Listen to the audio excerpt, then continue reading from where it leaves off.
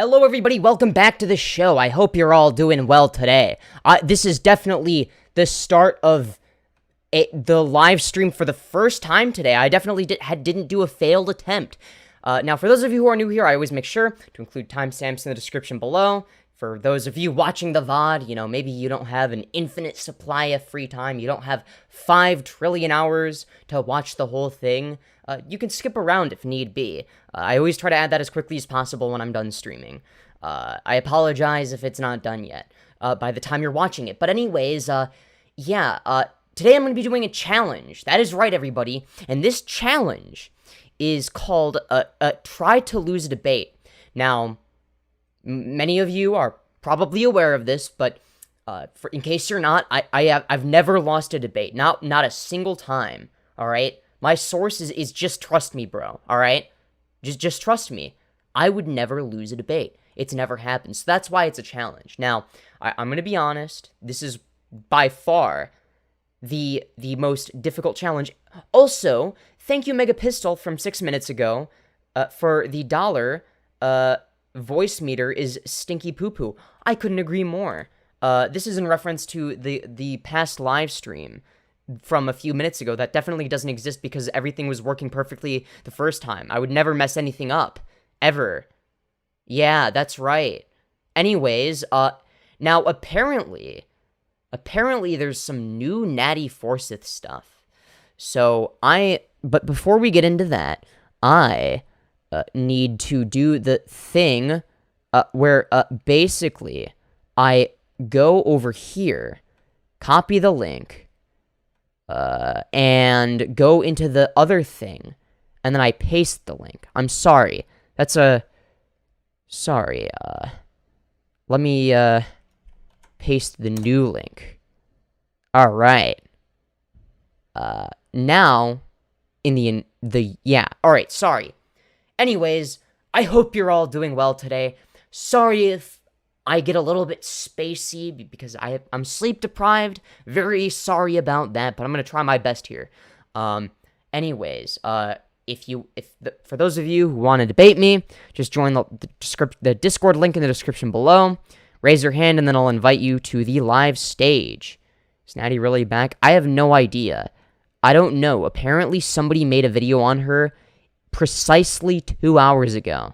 I don't know. Smash like if you want to hear about Nattie Forsyth drama. Oh boy, I'm so excited. It's my favorite topic to talk about, as you all know. But yeah. I mean, there's 8 concurrent viewers and only 1 like. I mean, what's going on here? I'm just saying. But anyways, do you have boom sound effects? I do not. Her Discord server is still active, along with her account. Well, damn. Alright. So, basically, I guess the video we're gonna... So, somebody recommended I watch this video. So, exactly... Oh, God. So, about 2 hours ago, a video was uploaded on Nattie Forsyth. It's called The Dark Reality of Nathorix, aka Nattie Forsyth. Dun dun dun dun. Oh my god, that's crazy. Anyways, wow, that was... What am I even saying? I literally have no idea. Anyways, I have weird energy today because I got not sufficient sleep. But anyways, hopefully the audio works this time. So, anyways, without further ado, let's see what the dark reality of Nattie Forsyth is all about. I'm so excited.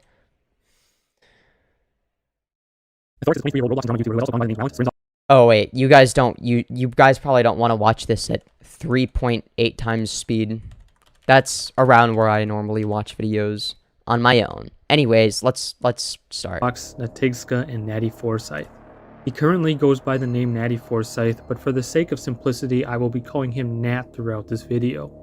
Nat is without a doubt one of the weirdest, luckiest, and most controversial YouTubers I've ever seen in any community, not just Roblox. Luckiest? For years, he has had extremely inappropriate Oh my, okay. I mean, this is So far, it's nothing interactions new. with minors while he was an adult that has led to him being accused of many things. To put things So right off the bat, and I'm not even here to defend Nattie, I'm just watching the video and giving my honest opinion. This is already not the best framing, alright? This is fucking stupid, alright? I am already inclined to disregard everything this video has to say. I'm not going to. I'm gonna hear this guy out. But the framing of, oh, it was an adult. Okay, well, first of all, she didn't know the age of the person. Secondly, this screenshot right here gets taken out of context. This was when I think Nattie was 18, and she received nudes from somebody who was 16, and that's technically illegal, but it wasn't predatory. It was a 2-year age gap, right? That's what that was in reference to. But of course, you have to take it out of context to make it look worse than it actually is. Now, I'm not saying that Nattie is completely innocent or whatever. She's far from it, right? But right off the bat, this framing makes me really suspicious. into Starting off with misgendering isn't a good look. Yeah, that too. perspective, Nat once described one thing he did as illegal, not predatory. So yeah, he's done. Yeah, well, what was that thing? You're making a video. Perhaps you would like to provide some information. What was the illegal thing? Oh, you're not going to describe it because it sounds more scary. If you just show the tweet but then don't provide any context and play spooky music in the background. Some pretty bad stuff. There have been a ton of videos from both the Roblox community and the broader commentary community going over some incidents. Unfortunately, he weaseled his way around those controversies through manipulation and technicalities, which enabled him to continue on for this long. What are you talking about? Manipulation of who? I'm not going over those cases though. Instead, I'll be sharing one that's new to most of you and another that's new to all of you. Okay. I'll be going over one case similar to one recently rediscovered and an uncovered one that incriminates him on what he has been accused of throughout the years. Before we get into them, I want to explain why it's important we go over these situations that are years old now. I'm a strong believer in people redeeming themselves and moving past their mistakes. So am I. As long as they take accountability and change. Nat has done neither of those things and continues to insist what people have said is disingenuous while sympathy baiting whenever this stuff is brought up. He has also Okay, so hold on. So this was posted a couple weeks ago. No, didn't leave. Well, I haven't seen Nattie say anything on the internet in a while. So I think she might have left. Ingenuous while sympathy baiting whenever this stuff is brought up.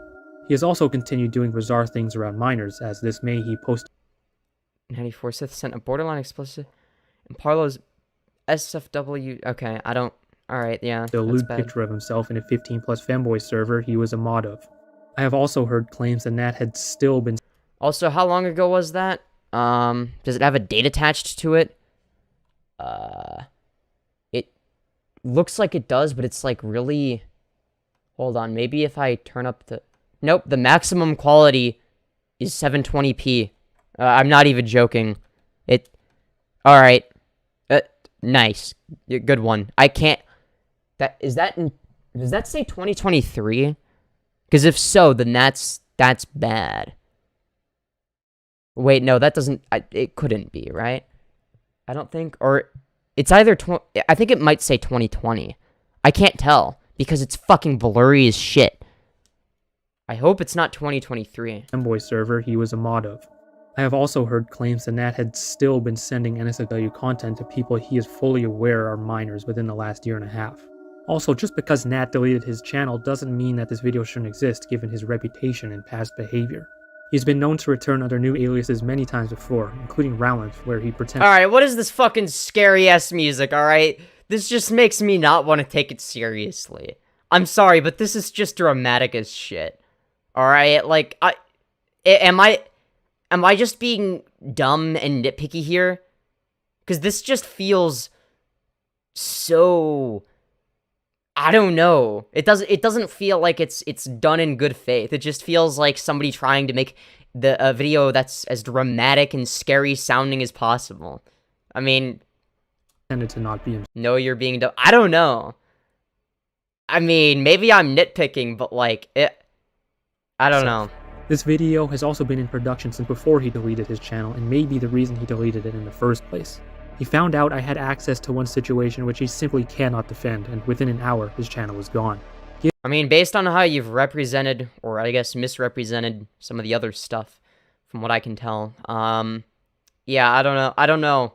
You've already damaged your credibility a little bit. Even Nat hasn't changed. His reputation of returning under new aliases. This video should most definitely exist.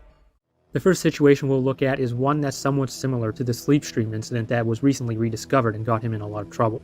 The recent case brought up was Nat's sleep stream from August 24th, 2019, where he was in nothing but tight underwear and all over his then-girlfriend. Yeah, that's fucking weird, I agree. I mean, I'm not in favor of that, right? But I think she was 17. He publicly live-streamed that on his Roblox YouTube channel, which was certainly inappropriate considering his audience was most likely mainly minors. The incident will be Keep in mind, this was around the same time period that all of the other fucked up shit was happening that she was doing. Again, that's sort of why I've given her the benefit of the doubt. At least for the, at least for the most part, right? Is because it's like, okay, if if everything bad that she did was like when she was like around 17 through 19, but like she doesn't do any of that anymore, okay, fair enough. I'm not gonna hold it against her, right? Taking a look at here is another long-forgotten one from January 2019, where Nat did something on a video call. He allegedly got drunk on a Discord video call and started acting up on a video chat with minors, including a 12-year-old girl watching. Okay. During that video call, he pulled down his pants and started playing with himself using a sock, as the images show. Again, I can't, okay. How do you know this is Nattie Forsyth? What are these screenshots? Like, what? How do you know if this is or okay? And started playing with himself using a sock, as the like it's like okay, you see a like a long sleeve shirt, or is that like a hoodie? How am I supposed to know this is Nattie Forsyth? I like what? Images show. Again, this was allegedly done with minors. Like their face is covered, I think. How do I? Wait, okay. Watching, according to the information from back in the day that Nattie has that hoodie. Yeah, but like, okay. And I don't mean to be all conspiracy. All right, I'm gonna play devil's advocate here and say, okay, but what if somebody just bought the same hoodie as Nattie so that they could make shit up? I mean, I'm not saying that's what happened, right? I'm not ruling it out though. We don't know. In the same room as well. Is it this? I don't know. 'Cause if it's the same room, then okay. Although his face isn't shown in any of these, you can tell it's him by the blue Hollister. Yes, there's only one of those hoodies in the world. Hoodie, which he can be seen wearing in other screenshots. Yeah, okay. Now, I wasn't there for that video call, and I don't know anybody who was in it, but all signs point towards this being another example. First of all, how do you know it was in front of a 12-year-old girl? Is there evidence of this, or is that just like an extra detail that was sort of attached onto it without any actual evidence, right? There needs to be evidence of it actually happening in front of minors. Otherwise, I can't just assume that this is somehow, legitimate information. Of Nat's inappropriate behavior in front of kids. This next situation is different though, and it's the incident I want to focus on the most because this is undeniable proof of what Nat has been accused of. I was recently given permission to talk about it as long as the person stays anonymous, which I and others you'll hear from will do. This happened in a Roblox YouTuber Discord I was in and still am in, and I saw all of this transpire and still have access to it. This incident involves a 14-year-old girl and Nat, who was 18 at the time and has never made it public until now. Is this the same situation that's been talked about 5 trillion times? But, like, is it, like, expanded upon? Is this the same 14-year-old girl as before? A lot of respect for the person involved. First, I want to show y'all this, because it proves Nat knew this girl's age. Okay. So, in 2018, I'm still, like, 14 mentally, though. What's up with all these people turning 18? Yes, I'm months away from turning 15. Okay, in the red. Blank, why do you make videos for a very young audience when you are 14? I do not see any big girl words in your videos like fuck and shit. Okay. She mentioned it to him during a conversation, and he himself said so a few months later, so the entire time he knew that she was 14 years old. Okay, so... Alright. So, by 7/2/2018, she would have Note known. the date on the left image, as it shows that Nat knew the girl's age prior to sending the messages I'll be showing you next. Okay. Before we get into the big part, here are just some of the inappropriate messages he said Okay, this just looks like a shit joke. to her and about her after she told him she was 14. Like, this just looks like a shit post. There are lots of them, and quite clearly, One day you'll be able to Google blank and she'll come up like Riley Reed blank. Already a porn name, so she... Okay, Okay, yeah, that's fucking weird. it's very inappropriate for an 18-year-old adult and Nat to say to a 14-year-old. This includes Nat pressuring the Blank face reveal, not fair. Saw your face for half a second. At nathorix, what? Frowny face. Nathorix want to know what the blank look. And then 2 full seconds, actually. It was 2 full... I'm not a man, you can ask blank. Do I sound like a man? Send face. Better upload that. No, you sound like... Send face, that is not... Okay, wait, what? What? girl into Wait. Being upset... Didn't receive nude... Wait, what? When did Nattie ask for nudes? I don't see that anywhere in these screenshots. But over here, the text says... Being upset he didn't receive nudes, end quote. Okay. sending a That's face weird. reveal, saying she sounded like Lolly, then being upset he didn't receive nudes. Wait, when did he ask for nudes? When did she ask for nudes? Fuck, I get so confused as well when people, like, misgender or whatever. It's like, what the fuck? Are we even talking about the same person? He would also suggest she do Okay. Yeah, blank, get them titties out for blank. I mean, that first one sounds like it could be a joke, especially okay, this emoji makes me think this one's a joke. The one over here, it's not an okay joke to make, but blank asks blank for a Robux loan porn. Okay, I don't understand what that's supposed to mean. She pisses into his mouth so he can get the Robux. That sounds like a shit post, but okay. I ship you guys, blanket and blank. He was waiting for you to come online, and he's pinging you.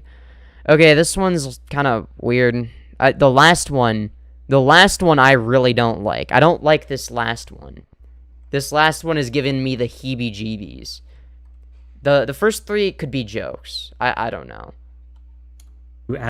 No, I'm not saying that they're all okay jokes to make, but... adult acts upon another minor who is a male, who he would often ship together. There are just so Okay. Blank, okay, I don't... Alright. Again, I don't know what the context of this is, so... Her saying, blank, that's probably what your vagina looks like. Okay, what if it's something like...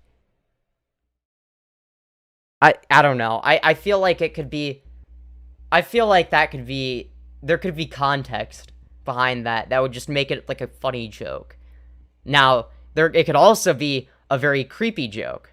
I don't know what this is in reference to. It depends on what image is being referred to here, right?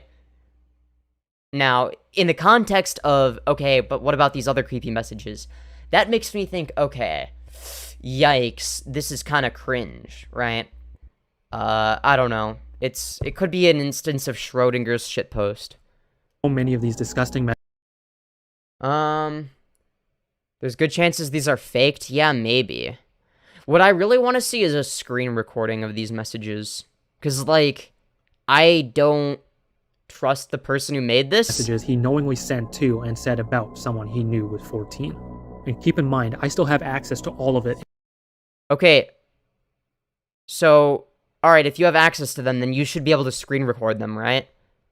You'd have no problem with screen recording it and sending it to me, right? You could do that. I think that would be perfectly fair. Anyways. And so do some other YouTubers. Like, we can all still see these messages Nat sent and confirm they're real. Alright, so if they're real, then screen record them and show me.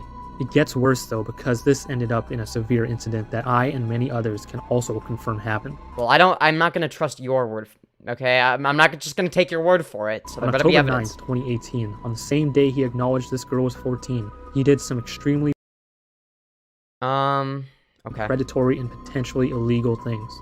First off, he requested that the 14-year-old girl send him a reveal picture of... Wait, Epic Games ass reveal? I don't know what... Okay. herself, Alright. which he quickly deleted. That on its own is extremely bad, but gets worse when he said that about 20 minutes before acknowledging she was 14. He knew of her age yet said that anyway and quickly deleted it, showing he knew what he said was wrong but did it anyway.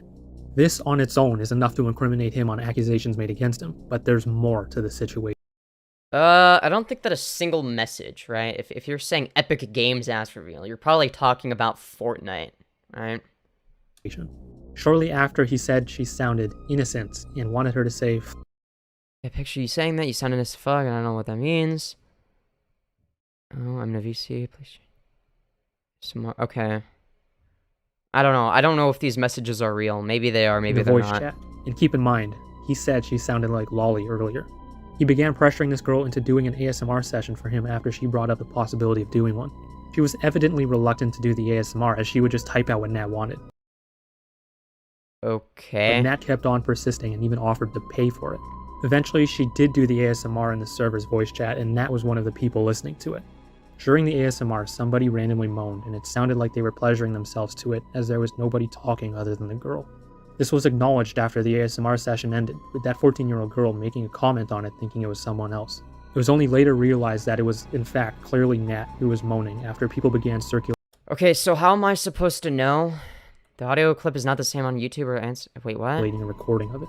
I have heard the clip many, many times, and I strongly believe Nat was legitimately Okay, then show the clip. pleasuring himself to this ASMR of someone he knew was 14. Judging by what I heard, I can confidently Are you gonna play the clip? say that it was 100% Nat moaning. I'm not taking your word for it. Play the fucking clip. You don't get to just say, oh yeah, there's evidence, but I'm not gonna show you any of the evidence. Just trust me, it's definitely real. But I'm not gonna show you the evidence. Like, that's fucking In stupid. the ASMR session that he requested from a 14-year-old girl. Following the ASMR session, Nat did not mention ASMR or the incident again, and abruptly left the server 8 days later. In the years following, this incident would be sometimes brought up in private, always acknowledging Nat was the one moaning. So, because some random deleted user says that okay, you know what? Alright. I can't confirm this for certain, but I do believe I remember Nat requesting she call him senpai among other things, as this old message suggests. Why even bring it up? If you can't confirm it, what's the point? Fortunately, throughout the years, this audio file had been lost, and I've searched hard for it, but I can't find it, nor can anyone else. Damn, oh, what an inconvenient coincidence that you simply can't find it. You know, it just magically disappeared off the internet, even though it definitely exists. It's out there somewhere, and if I ever find Yeah, it, it's out there somewhere. I have permission to make it public, but while I don't have it, I can still 100% confirm it exists. Again, it's like this entirely relies on me taking this dude's word for it. Why would I trust this guy? I don't know who he is. I've never seen him. I've never watched any of his videos. Why should I take his word for it? The evidence is flimsy? Yeah. If you don't believe what I've shown and said, here are some other YouTubers from that server who can... See, this is what I mean. If you don't believe me, here's other anecdotal shit rather than actual, like, direct, hard-hitting evidence. Here's other people saying stuff. Like, okay, a lot of people can say stuff, okay? You know, in the Slazo situation, a lot of people said stuff about Slazo. That doesn't mean that it was true, right? You need evidence, right? I'm not just gonna trust what big YouTubers have to say because, oh, they're big YouTubers. That doesn't mean anything to me, okay? Big YouTubers fucked up the Slazo situation, right? Because I had the same mindset of, oh, well, these are trustworthy sources, right? Wrong. I learned a lot from that situation specifically, the Slazo one, because I believed the people that said that, oh shit, Slazo, is basically evil. But yeah, I don't know. But they have careers to put on the line. They have nothing to do with drama. They make Roblox gameplays. I mean, I guess. But at the same time, I mean, this is gonna get a lot of attention. And confirm the exact same things. I mean, you have to keep in mind that Nattie Forsyth is known in the Roblox community, so this probably will get views, especially after she deleted her channel, because there's gonna be some number of people that are like, I wonder what happened to Nattie Forsyth. So they search Nattie Forsyth, or they search nathorix, both of which are in the title, and then this is the first thing that shows up. That's what I'm guessing that's meant to do. Hey guys, Sharkbox here. I was asked to... They make Roblox gameplays, they're not in the gameplay community. Yeah, but they were in the Roblox community broadly. I don't know. I mean, drama community. Well, you don't have to be in the drama community to cover drama and do it successfully, right? For instance, I've covered drama before. I've covered politics before. I don't strictly adhere to one or the other, though. briefly confirm a few things. Seeing as I was one of the original members in the RCC Discord server, I joined that server around the middle of 2018, so over 5 years ago now. Yeah, 2018 does not feel like 5 years ago. No, time really does fly. Anyway, True. While being in the server, there were a few times where the infamous YouTuber nathorix did some pretty questionable and disgusting things, including moaning and being extremely inappropriate. This doesn't mean anything. It's just, okay, YouTubers are saying words. Show me the audio file. Oh wait, it magically disappeared off the internet. Oh darn. Guess I'll just have to take your word for it.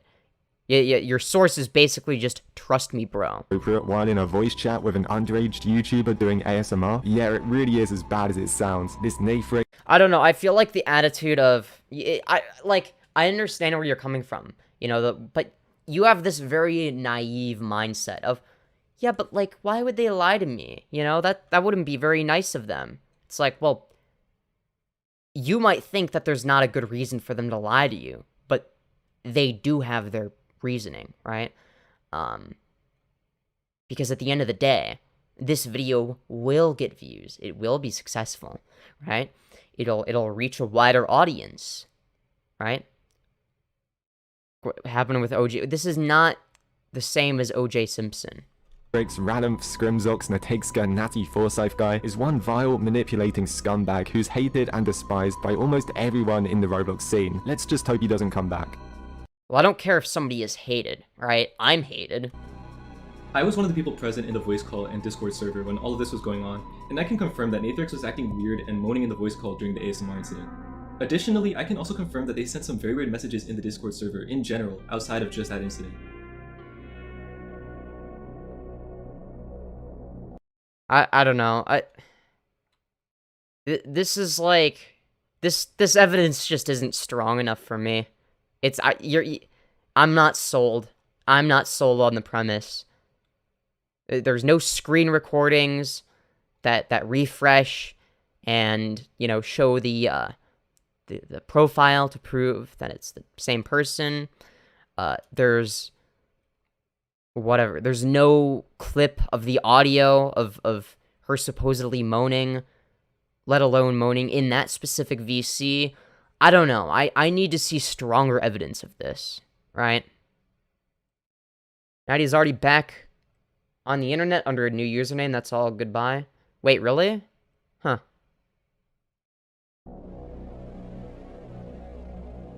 When Nat found out I was planning on making a video with that ASMR incident being a part of it, he panicked because he has no defense. Defense from what? If you don't have the clip, then, like, what would you be defending yourself from, right? I don't get it. His excuse was that all those messages were all edited with a custom Discord client. Then, shortly after making that claim, he deleted his channel. Nathorix... I mean, she had been saying that she was gonna leave the internet before then, right? So I don't think that's what caused it, right? She was telling me in DMs before any of that, before any of that shit, that. Yeah, okay, I'm just gonna leave the internet. I'll briefly respond to a couple things from Amos, maybe. And I'm just leave the internet for now, at least. Please, please, you will be so much happy. So eventually she left the internet, as far as I can tell. Jalyn, scrimzox, nathorix, Nattie Forsyth, whatever you want to call him, is a disgusting and garbage human being. He has slithered his way around taking proper accountability through silly technicalities and manipulation for too long, and that's going to end.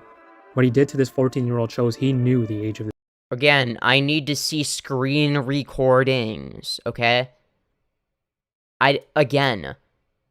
First of all, I don't know if these are taken from the Discord app or web browser. If it's from the web browser, then it could have been inspect elemented. I have no idea. Probably not, but I couldn't tell you, right? Again, there's no context. There's no proof that that Nattie actually said this. That this is Nattie's account, right? There's no proof that yeah, alright. This person, but that didn't stop him from being extremely inappropriate and predatory towards her. What Nat has done is both illegal and predatory, and there's no way to twist that because the proof is crystal clear. The proof is crystal clear. Then why don't you show it? Why don't you show the proof? Like, screen record it. That if it exists, then surely you'd be able to do that, right? I don't understand why people never fucking screen record anything. It's like, why? Like, why screenshot when you could screen record, right? If you actually want to have evidence against somebody, don't just screenshot it, okay? Screen record it, all right? Apparently Nat does plan to return, but honestly, he should not, and instead, he should get off the internet, get help, and never return. Yeah, I mean, I do agree that, that she shouldn't return at least for an extended period of time. I don't know if I'd say the word never in terms of how long it should be or whatever, right?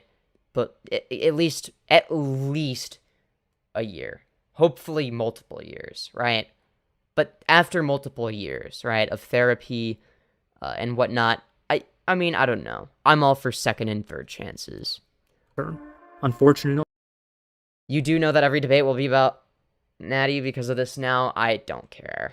it already appears he has 2 new aliases, and one of them has started creating Roblox videos, which I won't reveal. Unfortunately, it appears you're... Okay. Which I won't reveal yet, but I will be keeping an eye on. Oh, I'm guessing so that he can, like, he can A-log or whatever.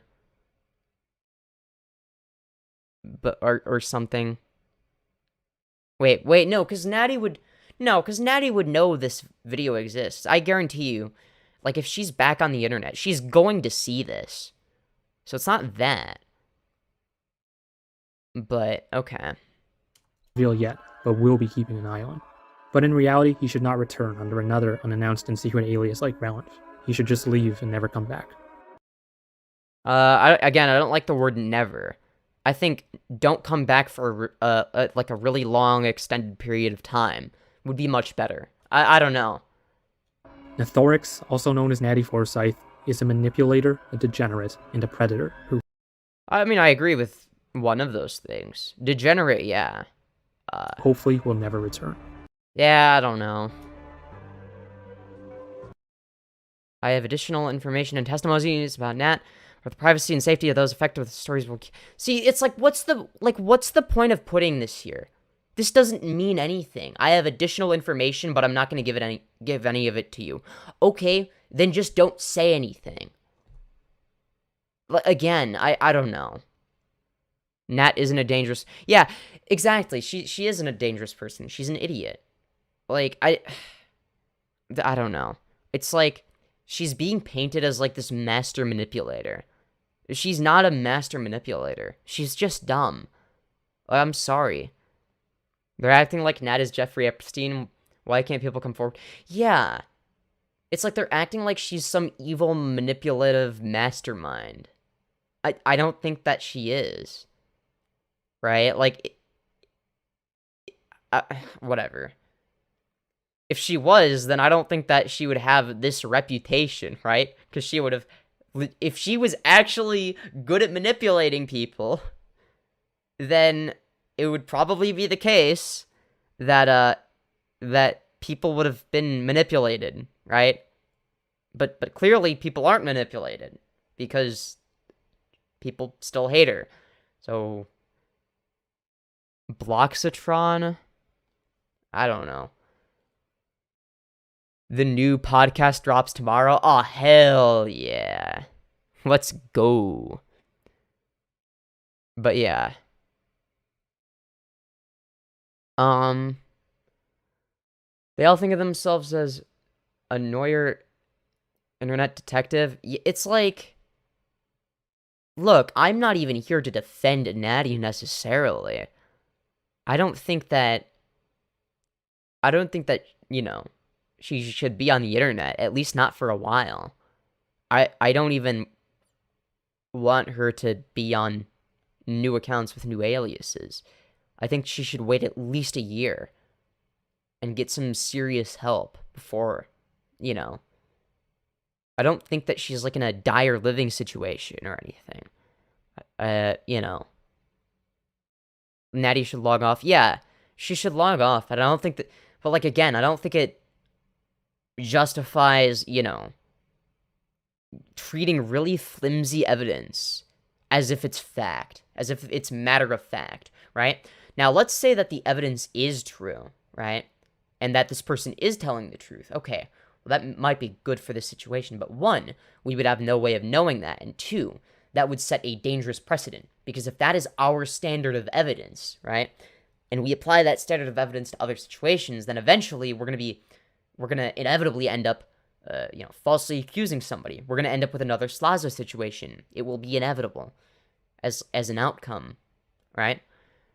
They are very irresponsible and haven't done their investigations properly. I've covered enough stuff to know how easily evidence can be faked.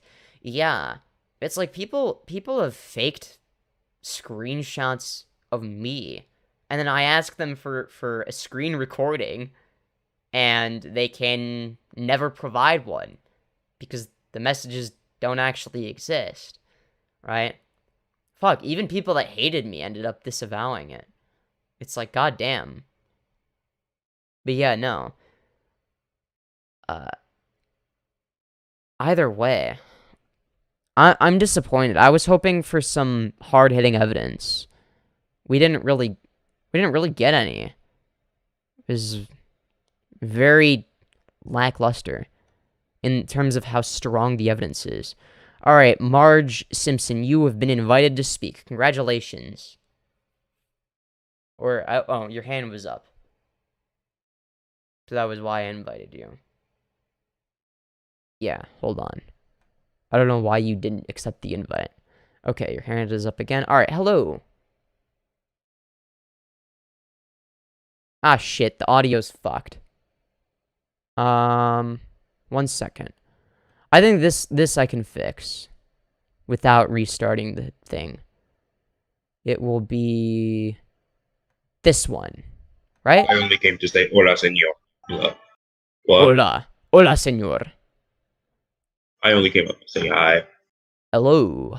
How are you doing? I'm gonna do that every single time you do this. Real? Yeah. Goodbye. See ya. All right. All right. You are. All right, Mr. Lord Pasta Productions. You have been invited. Congratulations. Hey, I'll try to make this brief, but All right. I caught part of your review of that video where you seem to be dismissing testimony as evidence. Like, could you just clarify what you meant by that? Yeah, I don't think that it's enough on its own. If it's just whatever, a few YouTubers that are friends with each other, I don't know. I don't see that as very compelling. It's like, yes, people can say words, right? It because at the end of the day, you know, take the Slazo situation for example, right? How familiar are you with the Slazo situation? I don't follow these types of drama situations much, so no. So there was a YouTuber named Slazo, who had allegations come out against him, and he was accused of essentially being a rapist, right? Mm. And basically his entire friend group, it was, I'm Alex, Weast, a fuck ton of other people that are all big YouTubers, came out to support the person that was supposedly the victim and to condemn Slazo. It turns out that Slazo was innocent, right? He ended up uploading a video disproving everything, right? And then the entire public perception had been completely 180'd, basically, right? So I don't trust what a friend group of YouTubers has to say, right? I don't see YouTubers as like a big reliable source of information, right? You get what I mean? I get what you're saying, but were these friends support?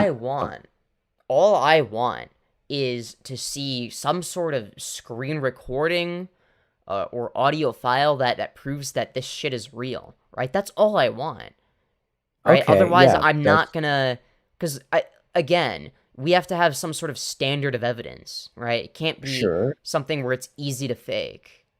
Right, but, on that point of a standard of evidence, if a group of my friends, come to me and attest to the fact that one of my friends caught a large fish, and like a number of them are saying, yeah, I saw him catch that large fish, I'm going to believe him, right? So there are certainly cases where a testimony is enough for me to believe something is true. You mean cases where it's like there's nothing at stake and there's no negative consequences to being wrong? Because like that would be the example you brought up. There would be no negative repercussions to assuming that they're telling the truth, right? Whereas if you assume, if you assume that every allegation against Nattie Forsyth must be 100% real and that none of it is faked, there's a chance that. Right, but I'm saying that there's a chance that some, or maybe even all of the evidence is faked and or taken out of context. It's like, okay, they talked about an audio clip that they have that apparently exists somewhere, but it magically disappeared and they can't find it for some wacky reason. And also, they can't show they can't screen record it for whatever reason. It's like, I don't know.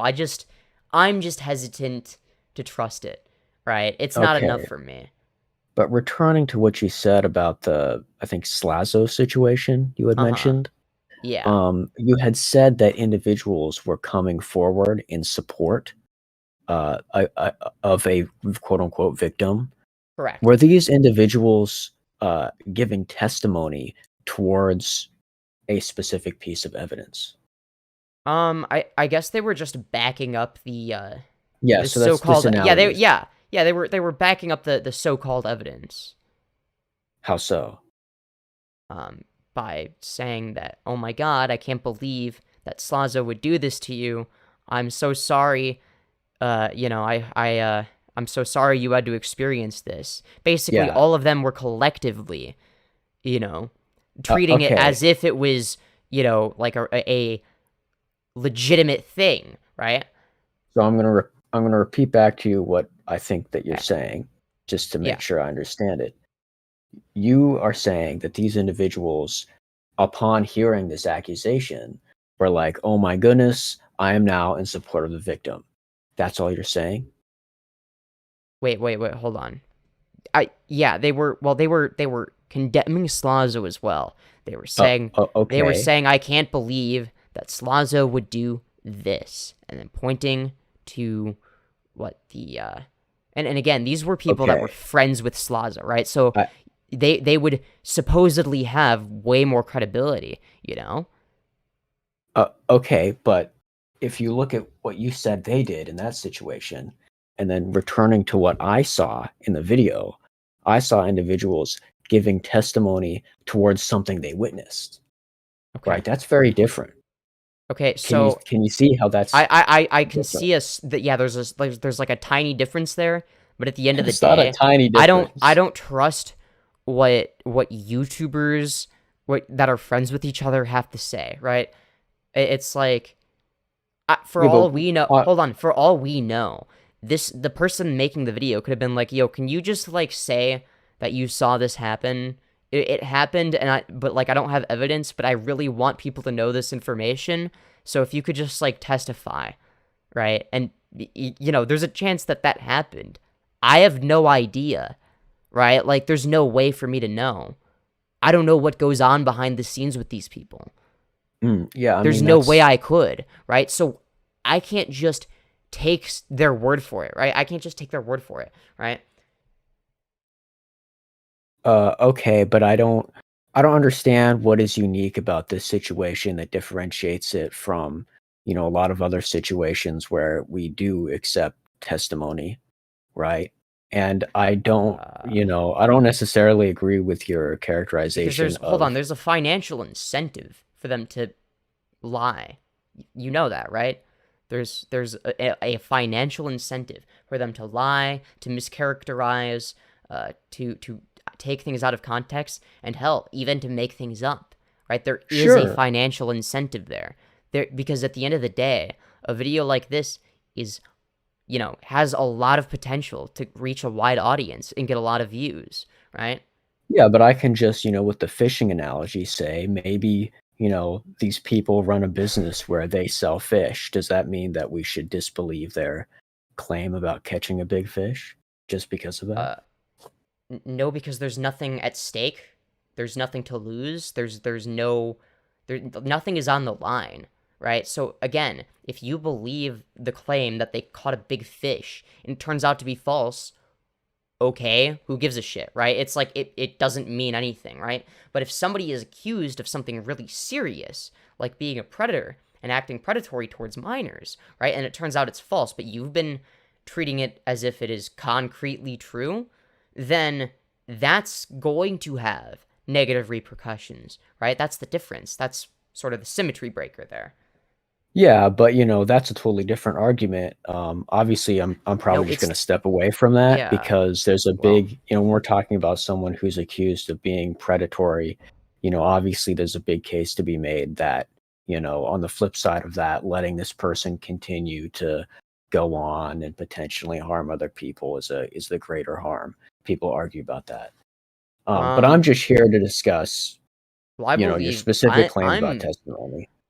I I would rather take, you know, that risk or whatever, right? If it means that less people get falsely accused of things that they didn't do, right? So at the end of the day, right? Like again, you need when it comes to the fishing analogy, for instance, you don't need a high standard of evidence, right? It's like, okay, just take their word for it, right? It doesn't matter, right? It's inconsequential, right? But for something as serious as somebody acting predatory towards minors, if that's the claim that's being made, you need a high standard of evidence, right? That's a serious fucking claim. Like that shit shouldn't just be taken lightly. Sure. I don't really understand how, like, if we were dealing with something that was like really serious, like I don't know, maybe we've detected a asteroid is gonna hit Earth. I don't know. And we base this off of the testimony of a group of scientists who have like read data on a computer. I mean, So maybe like, that's disanalogous in some important way, but at some point we're like taking their word that they saw some readout on a computer screen or a piece of paper somewhere. of an wait, you said an asteroid that's gonna hit the Earth or wait, what? Yeah. So okay, so well, first of all, you would be dealing with professionals, right? That you know that don't cover YouTube drama for a living, that don't have a financial incentive necessarily to slander somebody, right? And because they don't have that, right? Or I guess, sure, maybe they would, maybe there might be some financial incentive to lie about this specific situation, though, let's say. let's say that there is. Okay, so what happens if we believe them and it turns out to be wrong? Yeah, that's what I'm getting at. Yeah, right? consequentially, Like right? there's big Consequentially. stakes either way, right? Wait, Just like wait, what? What are what would be the stakes at hand? Because the issue with this is you wouldn't lose anything by believing that they're telling the truth, right? wait, of course you would. What really? What would you? Okay, what would you lose? I mean, would you spend your life any differently if you thought an asteroid was going to hit Earth? Like, Hit Earth, how the soon? government would probably spend a bunch of money on technologies to try and destroy it or deflect it. People would try and build up infrastructure, like all this stuff, money Sure. wasted that could have been spent on other things. That's a huge amount of Sure. No, stake, okay, right? that's fair enough. I'll concede on that a little bit, but I will still push back and say, okay, let's say that some random YouTuber who has some sort of background in science, maybe, or at least they claim to, claims that, they were, they saw, that they somehow saw an asteroid, right? They have some sort of technology that allows them, to look into outer space and see shit like that, okay? And then they say, oh yeah, by the way, there's an asteroid, right? And then there's some other people that might or might not be scientists saying, yeah, we looked through similar technology and saw the same thing, right? It's like, okay, you would want to look into it more, right? You wouldn't just accept it as fact, right? You would want people to cross-reference it, as in people that aren't working with those people, right? People that have a different set of motives, people that have, a different methodology, maybe even, right? You wouldn't want to just take their word for it. That's sort of what that would be more analogous to, right? I'm not saying necessarily that everything in the video must be false, right? Or that, it must be lies or whatever the fuck, right? That's not my argument, right? My argument is there's just not enough evidence for me to come to a conclusion one way or another, right? And because I believe in the concept of, innocent until proven guilty, right? I'm going to lean more towards innocent in the way in which I treat whoever the person who is being accused is, right? Until there's stronger evidence. Maybe it's something worth looking into, right? I'm not opposed to necessarily just looking into it more, right? If people can find stuff, right, and it's like, okay, here's evidence that it exists, it's like, okay, well then there you go, that's enough evidence. And then I say, okay, well now they've been proven guilty, they're no longer deemed to be innocent in my eyes, right? But there has to be proof of guilt first. I totally get what you're saying there, and I think that it is reasonable for a court of law to have that standard of evidence. But when determining the truth of a claim, we almost never, appeal to beyond a reasonable doubt. There's no reasonable doubt, towards this claim. It's almost always the case that it's just a preponderance of evidence that we go with, right? Yeah, well, I don't think that a preponderance of evidence is enough, right? So if there's a 51% chance of the evidence being correct and a 49% chance of it being incorrect, I'm not going to assume that they're guilty. Like, that's insane. I don't know. I just don't see why that would be beneficial. People would just get falsely accused of shit. And obviously that can affect them, not just in terms of their careers on the internet, but that can seep into their day-to-day lives sometimes, right? That can get them to lose their real-life jobs, right? That's not shit to be taken lightly, right? It can just as easily ruin their life. So we need a high standard of evidence.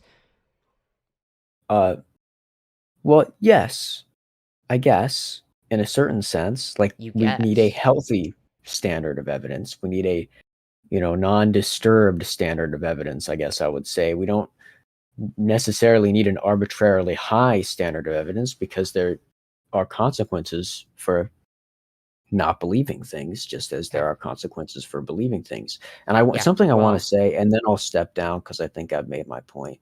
okay. I've dealt with situations like this. One of my friends was targeted by a group of people who made up lies about them and people who are associated with them, who created fake documents with claims about them. These claims are falsified. So this is not an issue that I'm unsympathetic towards. I just don't think that the solution comes from, rejecting something that we all can see, is evidence, which is testimony. It's not necessarily even a rejection, though. It's just there's a difference between not accepting something and outright rejecting it as it must be false, right? I'm just not willing to accept it until there's more evidence, right? I need more evidence. Otherwise, it's like, I don't know, it just seems like at that point you're just making assumptions. And I don't want to make assumptions, right? I need something a little bit more concrete than that. I need to have some level of certainty. I don't have to be 100% certain, but again, if I have a reasonable doubt in my mind, then I'm not going to just, believe whatever it is. All right, I will ask for more evidence, right? That's my first instinct is to ask for more evidence. Because it's like, okay, yeah, maybe it does hold some weight. Maybe there is some validity to it, right? I acknowledge that that's a possibility, right? But I'm not going to treat it like it's the truth simply because of what? The preponderance of evidence? That's not my standard. Mm. And that's completely fair. If that's your standard, that's not your standard. That is my standard. And I think that I don't need to take an agnostic position towards a statement in order to think that we ought to pursue further means of confirming it, means of making it more clear, right? Well, So I don't think I necessarily need to. Sure. Well, no, I'm not. But I'm not just saying that, right? I'm saying that, yeah, I would want more evidence, but at the same time, I'm not saying you have to be agnostic for that. What I am saying is that for the sake of not falsely accusing people, maliciously or not, it's still, that's a really bad fucking thing, right? I know I wouldn't want to be falsely accused of shit, right? That's something that could negatively affect anybody, even you. So, if your own standard of evidence ends up being used on you and you're deemed to be guilty, would you deem that to be a morally justifiable thing because they have the preponderance of evidence? Or would it suddenly become morally unjustifiable because you know the truth? No, it would be. Well, if I know the truth, then of course it's unjustifiable, right? But well, no, but right? You would agree that, from their perspective it's justifiable, right? Or is it not? Is it different now? Yeah, from their perspective it would be justifiable. So you wouldn't have a problem with them, coming to that conclusion then, right? Because that's morally the best that's the best thing to do morally, right? No, I would have a problem with it, but I would understand their Well, you point can of view. understand something and disagree with it, right? Yeah, but you're asking me now from my point of view. I have access to certain information that they don't have access to. Yeah, but what you're failing to understand is that your standard that you set could easily, at some point in the future, maybe not now, maybe not 2 years from now, maybe not a decade from now, but at some point, that could be a standard of evidence the people around you have. And if that's the case and that's used against you, it's like, well, that's almost like karma in a sense. It's like, is this like a threat? Are you like no, saying that's not I'm a gonna... threat. No, I'm I'm just joking. saying, like, I'm joking. Oh, okay. I was confused. I was like, wait, what? No. But what I will say is, don't run in circles if it repeats, then just move on. That's a good point.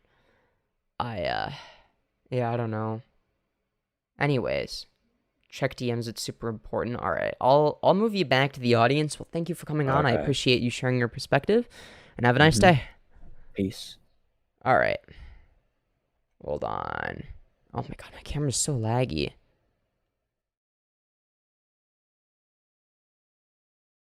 Ah, I see. thank you for sharing. Anyways, Jesus Christ. God damn. Yeah, I don't know. I'm just not... I'm not convinced. Now,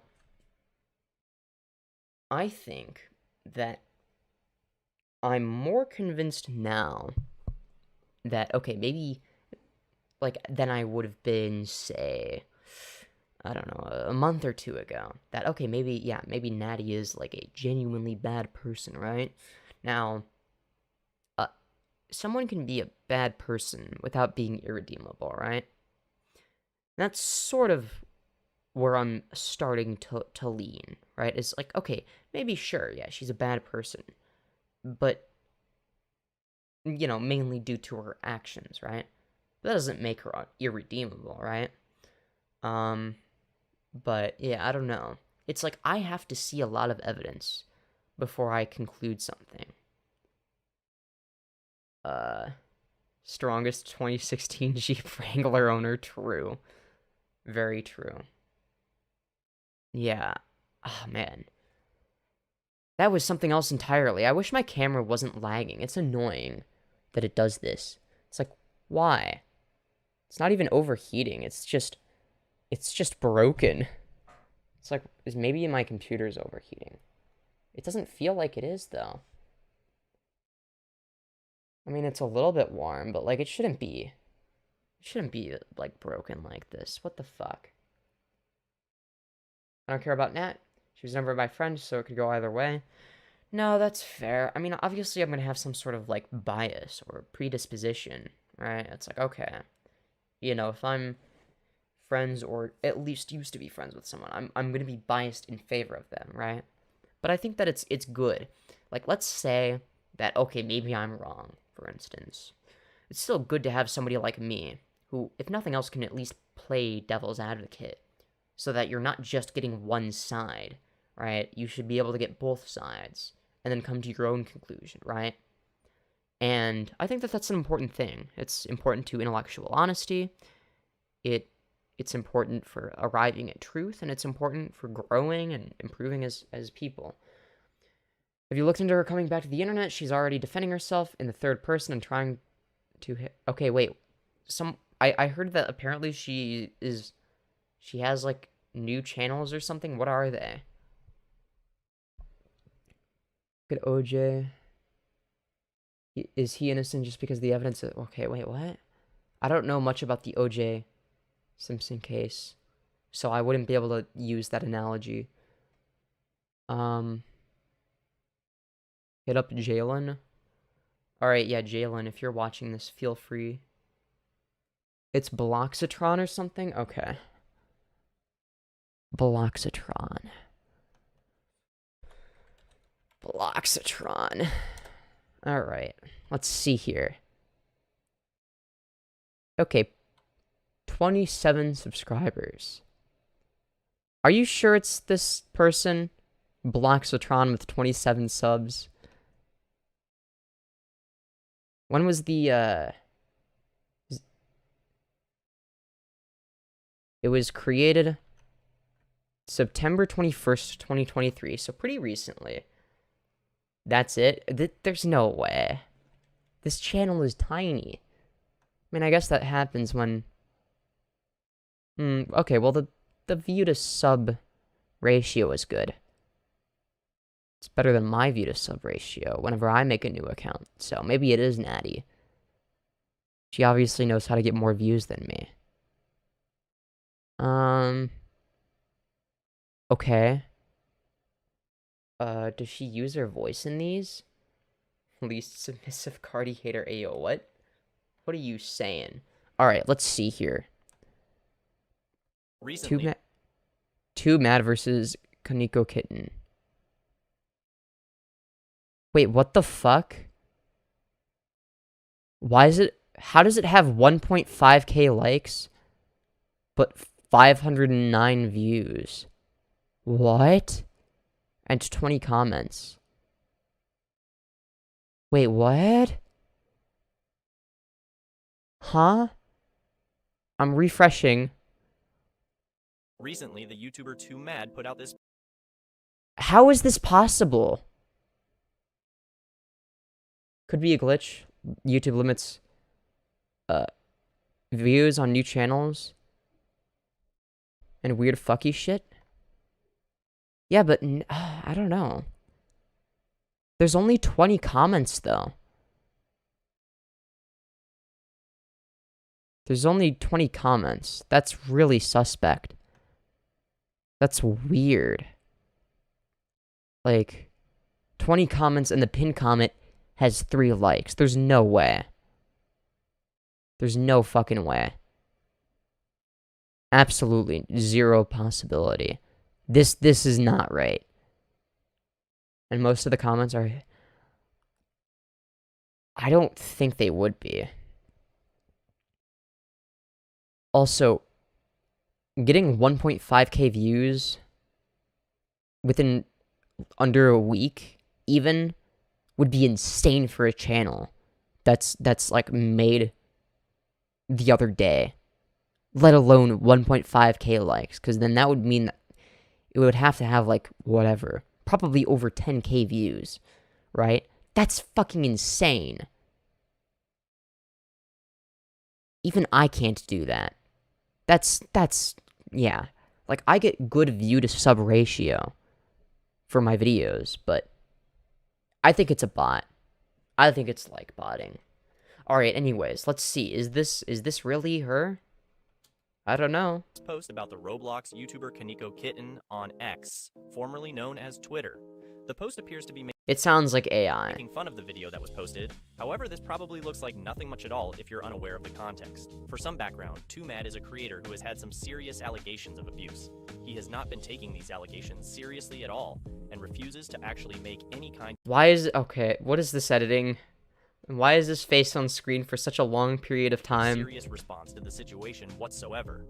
With this in mind about 2Mad, Get his face what off Kitten spoke screen. about in this video was him saving his friend from somebody who was being sexually This looks like it was made by AI. manipulative and This entire channel is a bot. handsy toward one of his friends. Everything about this channel is so weird. Ended up panic buying a house just so that he could move out of his parents and properly make sure that his friend had a safe place to live. The abuser in question was a Minecraft content creator known as Firesale, and Firesale also edited quite a few of Dream's most popular Minecraft Shorts videos. The way in which 2Mad responded to the backlash was very similar to how he responded to the backlash. There's no way this is Nattie. Why would this be Nattie? I don't think it is. I genuinely believe that people are just... Fuck, maybe it is. I don't know. I mean, bloxatron sounds like a name that Nattie would come up with. I mean, I guess that would be... Huh. Regarding his own allegations.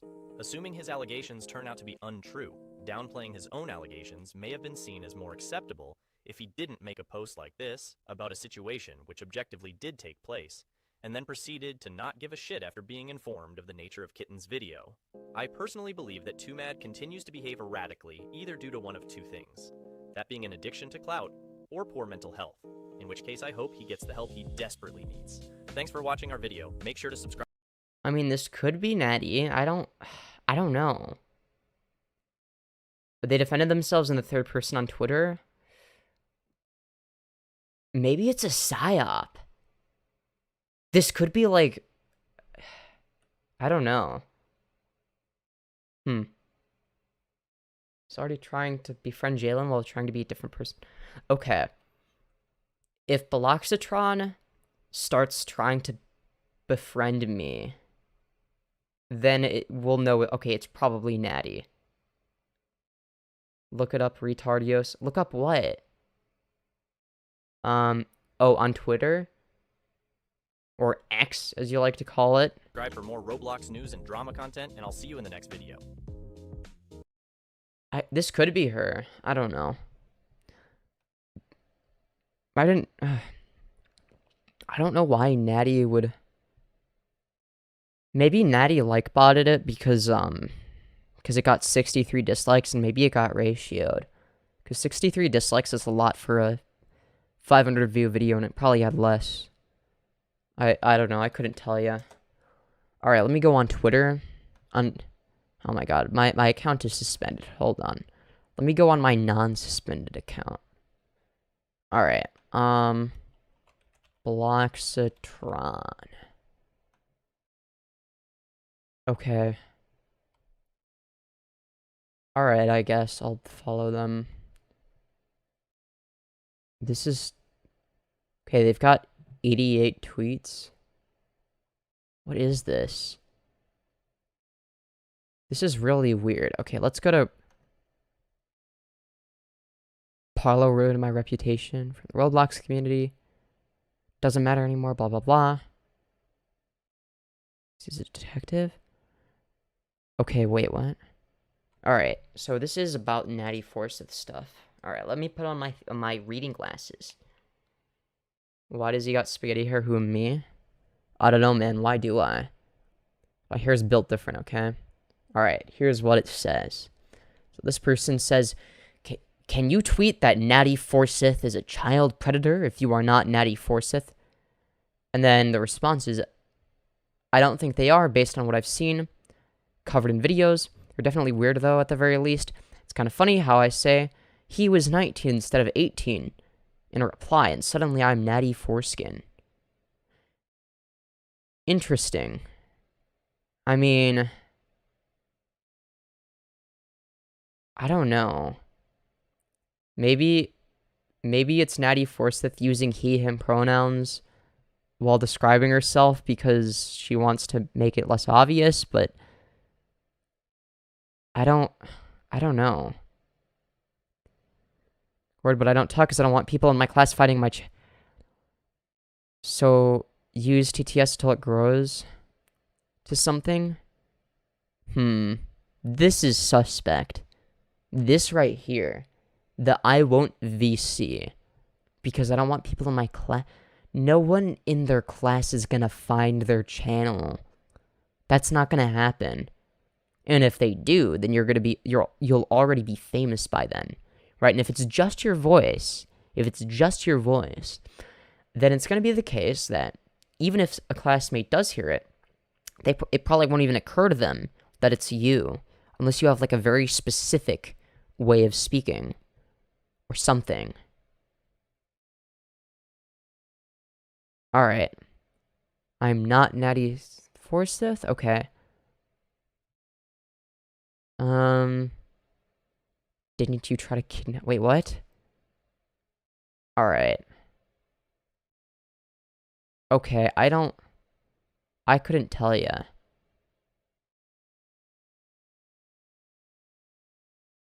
Okay. The gamer have been... Wait, what? So...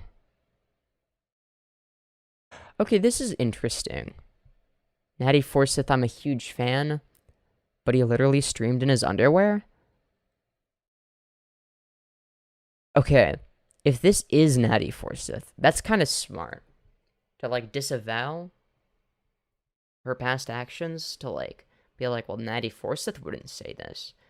Or it might just not be Nattie, right? Like, realistically, I don't think Nattie would...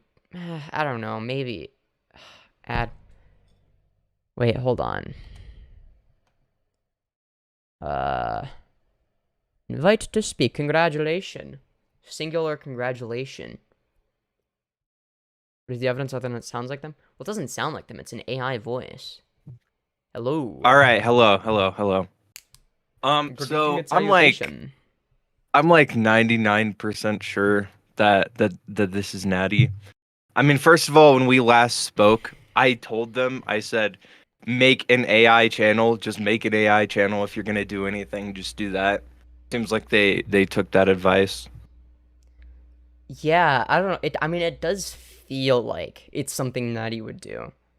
Like, even the name and the profile picture feels like something Nattie would make, but I don't want to just go off of vibes. It's also the fact that they just so happen to pop up around the same time Nat disappears, and one of their like first tweets is defending Nattie Forsyth. Yeah, that's a bit weird. Yeah, I don't know. I could see this. I could see it being the case that, yeah, she made this account and then, she started out by defending herself, but then she realized, oh shit, people like caught on and now it's obvious, so now I have to talk shit about myself.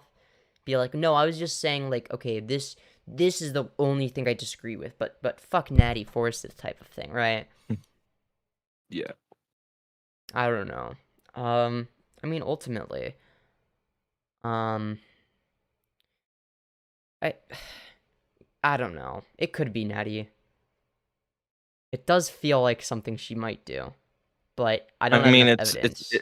it's also the fact that like Natty, I mean, she knows how to make these AI voices and shit. She actually taught me how to do it, like when it first came out. So she's had experience with making like the AI voices and doing the text to speech stuff, and also the like subtitles on her videos. I told her how to like do that in Premiere, where you can just like automatically generate subtitles for all your videos. So I, s- I'm pretty confident it's I see a lot of people do the subtitle thing. That's not like a Natty exclusive. I think, I don't know. I do think it's weird that, I think it's weird that, okay, their first tweet or whatever was defending Natty, but I don't know. I'm not convinced. I would need to see more evidence. I don't know. It is kind of weird, though. I'll give you that. Also the things that they're retweeting. I mean, it seems like they have like the same sense of humor as Nat. Okay, I did notice that. It does feel like Nat is running the account. I'll give you Yeah. that. Um, but I don't know. I don't want to just base it off of vibes, right? Like for all we know, this could be somebody that like I don't know was like a fan of Nattie Forsyth back in the day or something, and then maybe that's sort of they took inspiration from her or some shit. I don't fucking know. Like, because obviously, if somebody was like a fan or whatever, then yeah, they're more likely to have whatever the same sense of humor, the same style of content, whatever it may be. But I don't know. I couldn't tell you.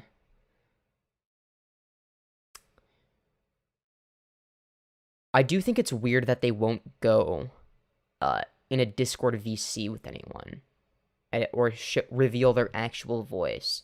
The excuse of I don't want people in my class to find out about me is a terrible excuse. Yeah. Yeah. Looks- They're I also don't know. arguing with they're arguing with people. I don't know. I'm pretty convinced personally. I'm torn. I don't know. Cause it does sound like something she would do, but I don't know. It's I just would need to like see more. it's just really dumb. It's really dumb that she comes back and defends herself because it seems like that's what outed her. Yeah. Because I I mean, know Amos tweeted it out, yeah, and I so think like all the comments on her video is like, oh Nat, oh it's you, it's Nat, oh yeah you groom kids. yeah, I think like if Natty isn't strategic enough, I don't think she's ready to be back on the internet. Like if she can't fucking help herself, right? Like if she wants to do this, like genuinely. Like Natty, if you're watching this, which you may or may not be, I don't know. Someone may or may not send you this clip, who knows? Um if that is your alt, right? You're not ready to come back to the internet yet. I can tell, right? If you feel the need to constantly defend you, like that's not healthy, right? So I wouldn't come back until you're ready to just completely disconnect. Don't even talk. Never utter the name Nattie Forsyth ever again on the internet. Basically, just if you want to do this AI thing, great, but don't make it obvious if you do. I guess that's my best advice.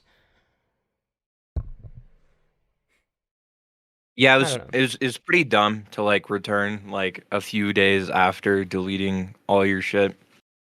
And if this is Nat, I mean, it just like, what was the point of all these long ass statements they made about leaving the internet finally, and then they just come back like a week later?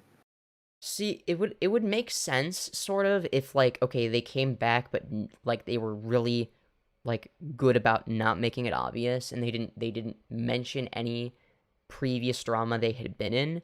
I genuinely believe that okay, fair enough. If they can do that, they can pull that off, then they're mentally healthy enough to do it probably. Maybe. I don't know. But if they can't pull it off, if they can't make it not obvious, then they still need a break. I don't know. Fembro says, to be fair, Jalyn, you do the same thing. I mean, not really. I've never said I would leave the internet. I just said I would leave Twitter, and I've taken like a couple week breaks from Twitter. And I had like an alt account where I'd still view everything going on Twitter, and so people like, oh my God, you lied about quitting Twitter. But like the whole issue with Twitter was I would just respond to everyone, and I'd be like, fuck you. So if I'm on a private account where I can't respond to anyone, then I don't really see the issue there. No, I get that. I get that. Yeah, sometimes it's hard to not respond. I understand. But yeah, I think yeah, I don't know. I think Nattie needs to like get help. I think she needs to genuinely change some things. I think she needs to just disconnect from the internet. Don't even like don't view videos about yourself or anything like that, right? Literally, if if she's used a YouTube account to watch videos and she was watching videos on herself, just create a new YouTube account to watch videos on so that the algorithm doesn't recommend you any of that shit. Right? Just watch something Yeah. completely unrelated. Something that has nothing to do with any of it. Right? If you need to watch YouTube, right? Anyways. Yeah, I don't know. It's the thing is, I don't know. I also think it's weird that they would go back to Roblox. I thought they were kind of like done with that, with the whole Roblox thing. But maybe they just don't know what else to do? I don't know.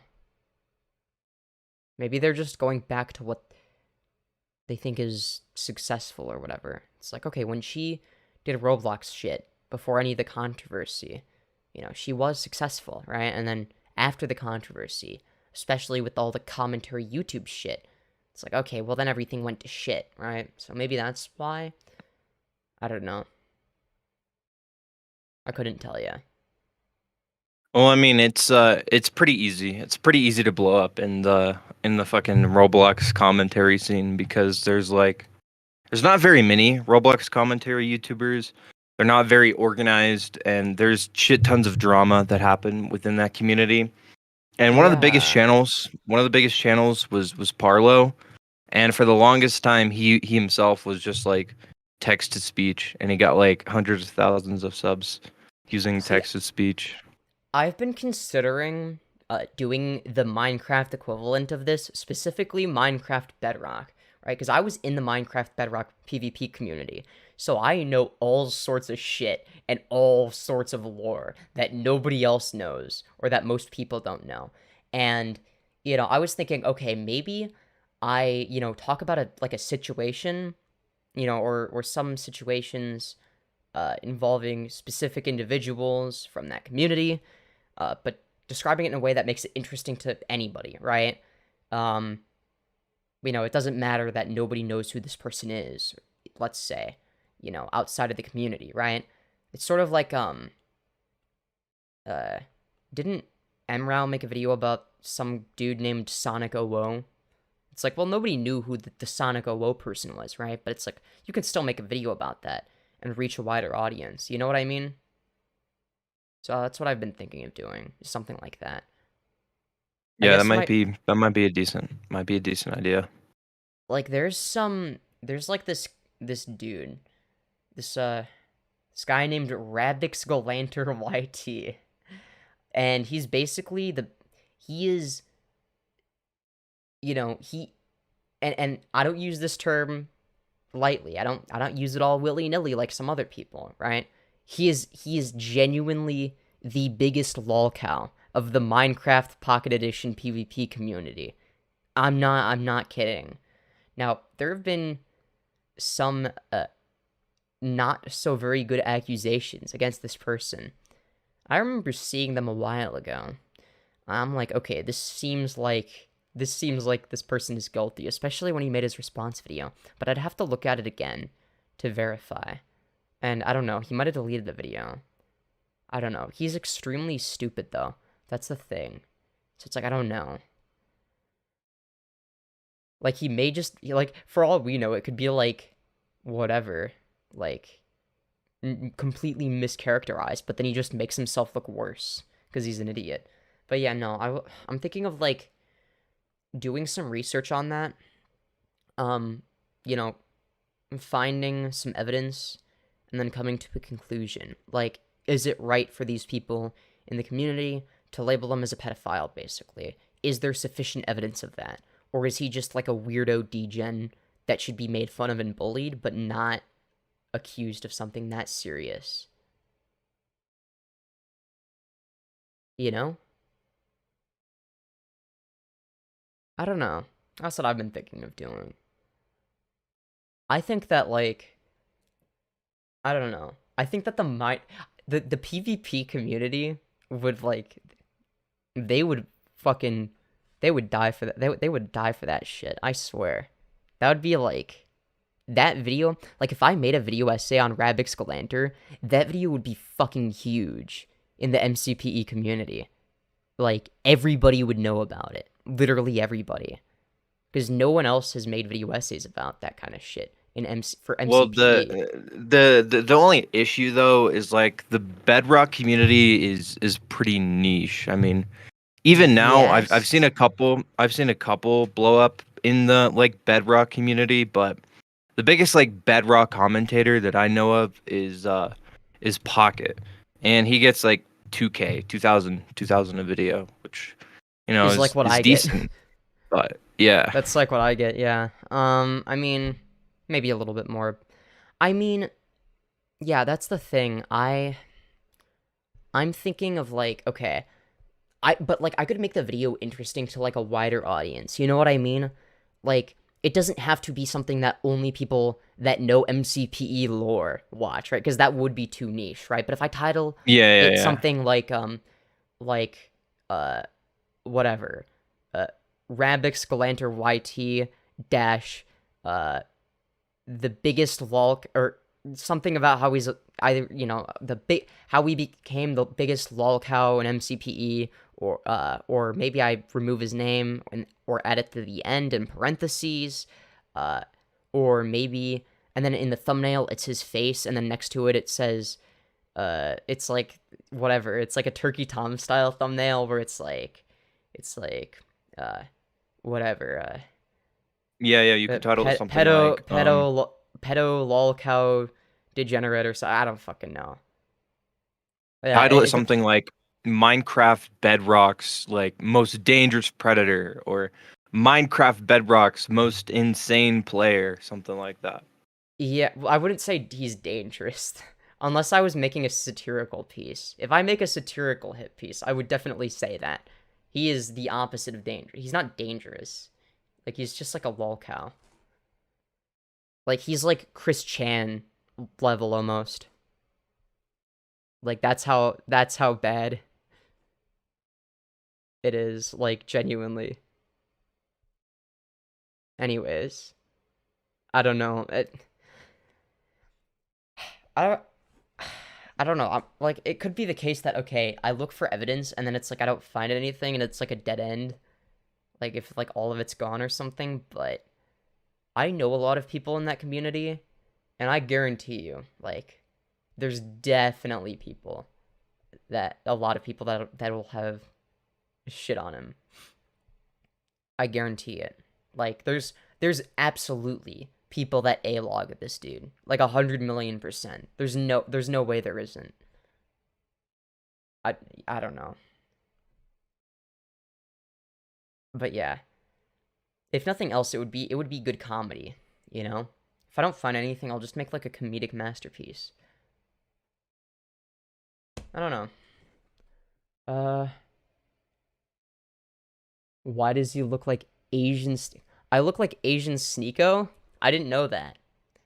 Hey guys, welcome back to a brand new video. It is I, the one and only Asian Sneeko, who's not even Asian.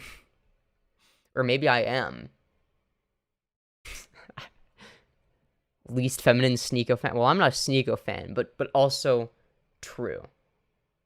If a Sneeko fan was only as feminine as me, that would be the least feminine Sneeko fan. Least feminine Sneeko fan is definitely more feminine than me.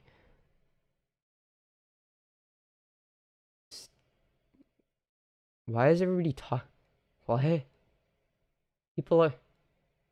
Why are people saying, like, really weird okay. I don't know why people are talking about Sneeko in my chat. I'm so confused. Probably just some probably weird Cheeto trolls. Yeah. Is my guess. Chat got rid. Yeah, I don't know. They're not acting like a Cheeto fans. A Cheeto fans don't have any. I wouldn't use the word subtlety, but like Cheeto's latest video is on Sneeko. He uploaded 4 hours ago. So. Oh, did he? Okay, that would make sense. That would make sense. Maybe he like mentioned me or something. I don't know. If he mentioned me, then that would make sense. Like if he's like, oh yeah, Sneeko is like, Femyoz, but like cringe in a different way or some shit.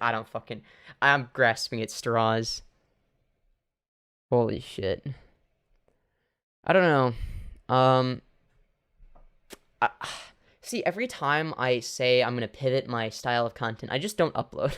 You know what I mean? It's like I never. I need to upload more because I feel like I could make some videos, some of which that get like I could make like a series of videos where like some of them are bound to get like a decent number of views, like at least 5,000, right? Like I can do that. I think. Like they wouldn't get 5,000 right away, but like over time, I mean. This is a debate. You should capitalize. You should continue to capitalize on the femboy stuff. That seems to be your most popular stuff. So if you can find a way to like integrate that into your other content more, I feel like that could help. Yeah. It's like I think that's why my most popular series is whatever, Femboy Destroys Femboy Haters, because it sort of intertwines like more comedy / commentary style content with like the femboy stuff. You know what I mean? It's specific to femboys, but it's comedy based, you know? I think you're right. But yeah. Upload the Tiny Mikey video. Yeah, I probably should. That's probably going to be a second channel video because it's topic commentary. I don't want to do topic commentary on this channel. I want to make evergreen content. Alright, so I'm probably going to make, like, more, I don't know, unique stuff on this channel. And then, like, all the topic commentary videos will be, I guess, yeah, those will be the ones that go on the second channel. And then I'll, like, upload more frequently there, or something. I don't know. Kanye Meat Writer says, "Go back to China." Disease-written fuck. Oh boy, I'll be sure to go back to China right after the stream. All right, I'll get right on that. All right. If you can find the vid where you talk shit, you should do a video responding to him. Wait, who? Ichido, you mean? Or are you talking about something else? 'Cause I don't know. Oh, Tiny Mikey. Oh shit, you're right. That could give me like an excuse to like roast. Okay, I think what I might do is I might make the stuff I already recorded into a video on the second channel, and then I go digging and find him talking about me in the in a VOD or whatever. if I can. I don't. How long ago was this? Do you think the VOD'll still be up? Because if it was a while ago, then I'm definitely gonna have to archive it if it is, because it might not be up for long. I have no idea. It might go away soon. Who knows? If it hasn't already. But yeah. I can't. Also, I feel like I've been quieter in streams lately. Is that a bad thing? I feel like it is. I feel like I haven't been as high energy because I'm sleep deprived. So it's like I get tired faster. And it's like, well, goddamn. Like, I want to be more high energy.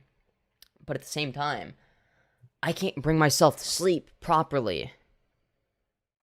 The easiest way to like get high energy, at least for me, is when I like plan out my streams, when I have topics to talk about, and then like in between there'll be a little more low energy, but once I'm covering the topic, I can turn it back on.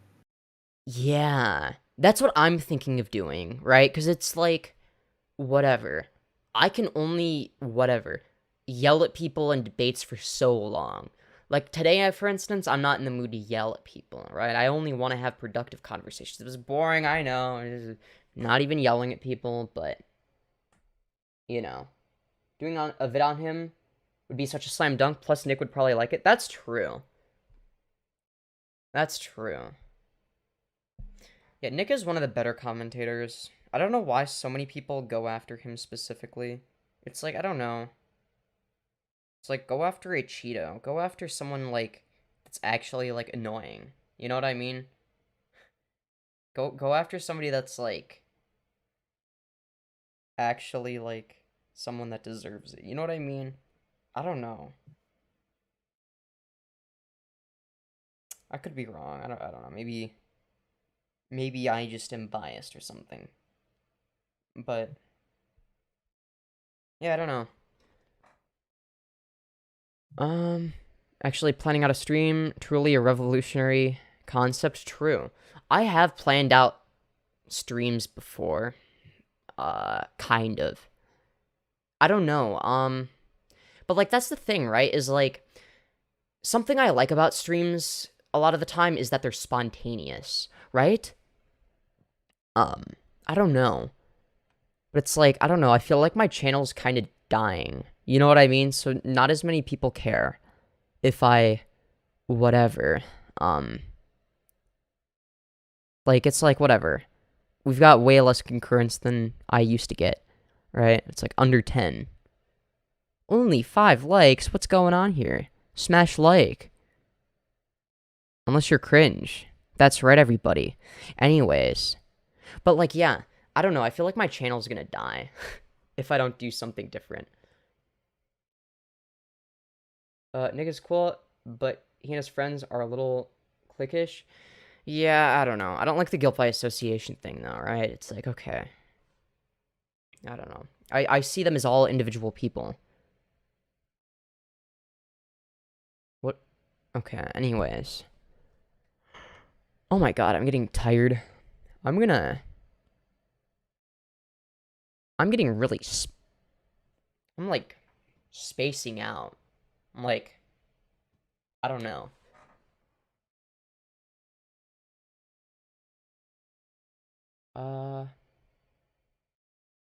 Getting out is a good way to get high energy. True. Very true. People should give me head more often. Say a slur. That's a great idea. I don't know. I feel like my mental health is, like, better than it was at, like, the low point on this channel, but I feel like it's about to deteriorate again. Holy shit. I might just end stream in, like, a minute or something. Because it's like, holy shit. It's like, why is this so... I'm just not feeling it, you know what I mean? I don't want to, like, force it. I was sort of feeling it at first, but not entirely.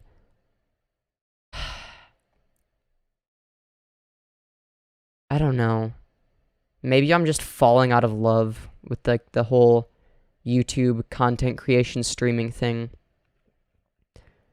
Maybe it's just I've had too many negative experiences. I've had too many controversies, and now it's like, I don't know, not traumatizing or anything. That's dramatic, but like it's I don't know what word to use.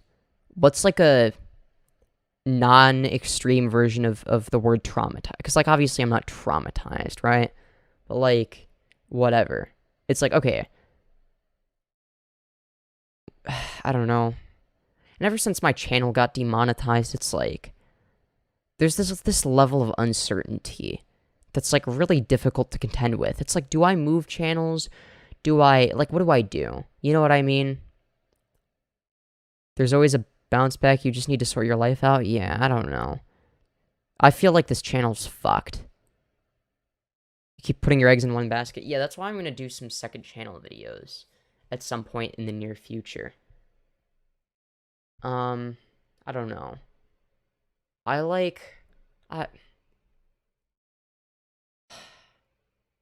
know I said I was gonna not be mentally ill on stream, but I can't fucking help it. I'm sorry. I say stop streaming and focus on making real, but I love streaming. Whenever I don't stream, I feel like shit. Like, I feel like complete fucking shit. It's like, I want to stream. I love streaming. But at the same time, sometimes it becomes really unhealthy for me. But it's like, when I don't do it, it's like I feel so bad. And I don't know why. You know what I mean? I don't know. Maybe I do focus more on regular videos. Maybe not.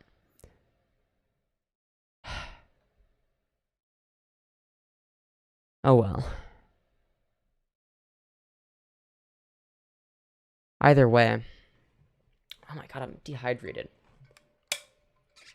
Dash used to be a skit channel and you never made it too big, but his gaming channel blew to fuck up. That's what he does now? That's true.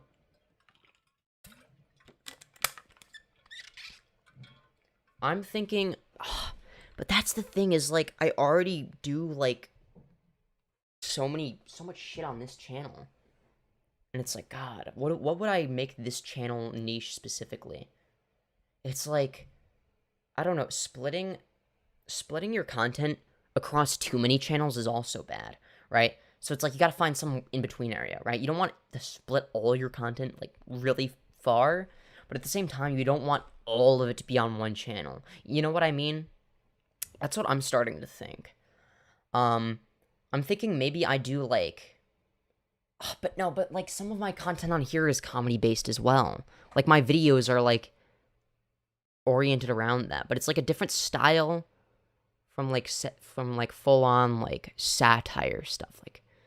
Like what I would post on my other channel. Clip your streams. Yeah, I'm gonna clip my streams. Put that on a separate channel. That's an easy genre. Yeah, that's not really a genre though, right? Because it's like, it's gonna depend on what I talk about in the stream, right? That's gonna be a big part of it. Otherwise it's like, okay, I debate already, just like Sneeko all the time. Well, nobody was requesting to debate, first of all. Secondly, I'm tired and gonna end stream soon. Thirdly, I don't care. You know what I mean? I mean, it's what happened to Hassan, Keffels, Zenderhall, all those people do. Yeah. Like, that's the thing. Like, I've noticed, okay, there are people that'll just, like, make a live channel, right? And maybe I do that. Maybe I make a specific channel for live streaming and live stream VODs, right? And then, like, occasionally maybe I clip a few things from those, and then I make it into videos on the main channel, but, like, it's like, okay, but you get to a certain point where it's like, okay, but then if that becomes the main channel, then it's like, okay, why didn't I just do it on this channel and then do the other stuff? It's like, oh my god. But yeah, no, I get it. I get the point. It's like, yo, wait, what?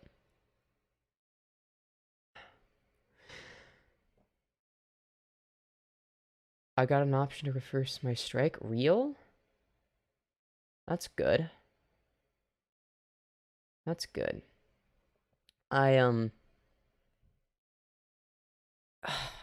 See, that's the thing, is it's like, okay, so if I do the video about Rabix Galanter, do I do it on my Minecraft channel? It's like, well, that channel is like PvP montage content, right? So it would fit more on this channel somehow, miraculously, than on that channel. Because it's like, okay, it would be in a certain style that would fit the aesthetic of this channel better, right? Go in the studio and click on the violin. Oh, yeah, I think I know what you're talking about. But yeah. I do agree that Sneeko does have a tiny dick, by the way. I don't know why people are saying that as if it's anything crazy. If you ever want to do proper gaming content, definitely switch from the montage and make that channel a gaming channel. Yeah. I guess. I don't know. I just want that channel to be for fun. You know what I mean? I want at least one channel to be entirely for fun. Don't care about views or money. Just having fun. You know what I mean? And then other channels are like, whatever. It's like, I've already established that channel as like the PvP montage one, right? So if I do a gaming... But I've already streamed Minecraft on here, so it's like, shit. What do I do? What am I doing?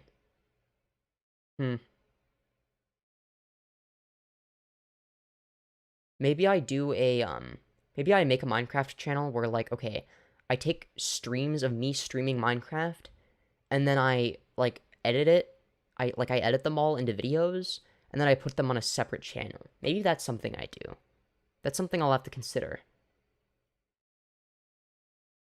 You'll take this test thing after 90 days, the strike will get removed. Oh, yeah, I already did that.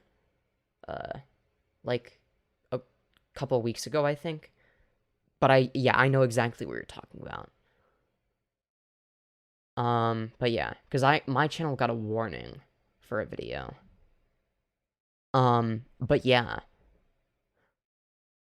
I don't know, I feel like I'm like, YouTube-wise, I feel like I'm kind of stuck, right? It's like I'm in a rut. This channel's in a rut. This channel, I don't want to leave this channel, though, right? I don't want to just abandon channels as soon as it doesn't go the way I want it to. You know what I mean? Because then I'll never find success.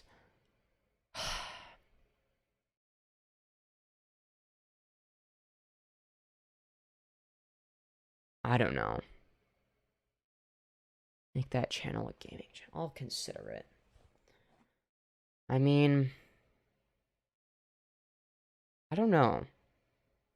I don't know how I feel about this. I'm in the same boat. I've decided to leave my main channel, but I also stream on there now instead of the second channel. Yeah, so sort of like what I do. Like, I don't know what the fuck I'm doing anymore. Like, that's the thing, is like, whenever I create a new channel, it's like, oh my god, I'm like a complete genius. I have all these great ideas. And then it's like, but then I establish the channel, and then it gets some growth, and then it's like, I get burnt out, or, you know, my channel dies, and then that causes me to burn out, or whatever, or I lose track of what, like, I lose sight of what the vision for the channel actually, like, what I'm doing right now was never the vision for this channel. Live streaming was originally going to be a side thing. Like, I never intended on doing streaming as, like, the main thing. It was just going to be a side thing. It was going to be, whatever, something I did once a week, right? And I was going to upload once a week, right? The main focus would have been the videos, and then the streams would have been like, okay, I just uploaded the video, now I'm going to stream and talk about stuff, right? I already covered a daily commentary topics on the... Wait. If you get back to mostly daily... Your channel can do decent again. Do Roblox MC stuff on them. No, because the main is, like, already a stat... I don't know.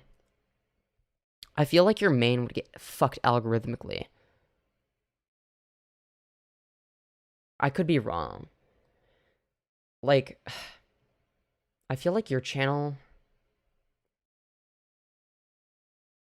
has, like, a lot of baggage, but so does mine, and I don't want to leave my channel, so I feel, yeah.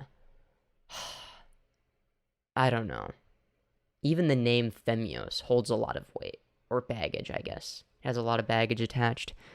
A lot of controversy, a lot of shit. I don't know. I don't think anyone knows what they're doing truly. People think they do, and sometimes people are successful.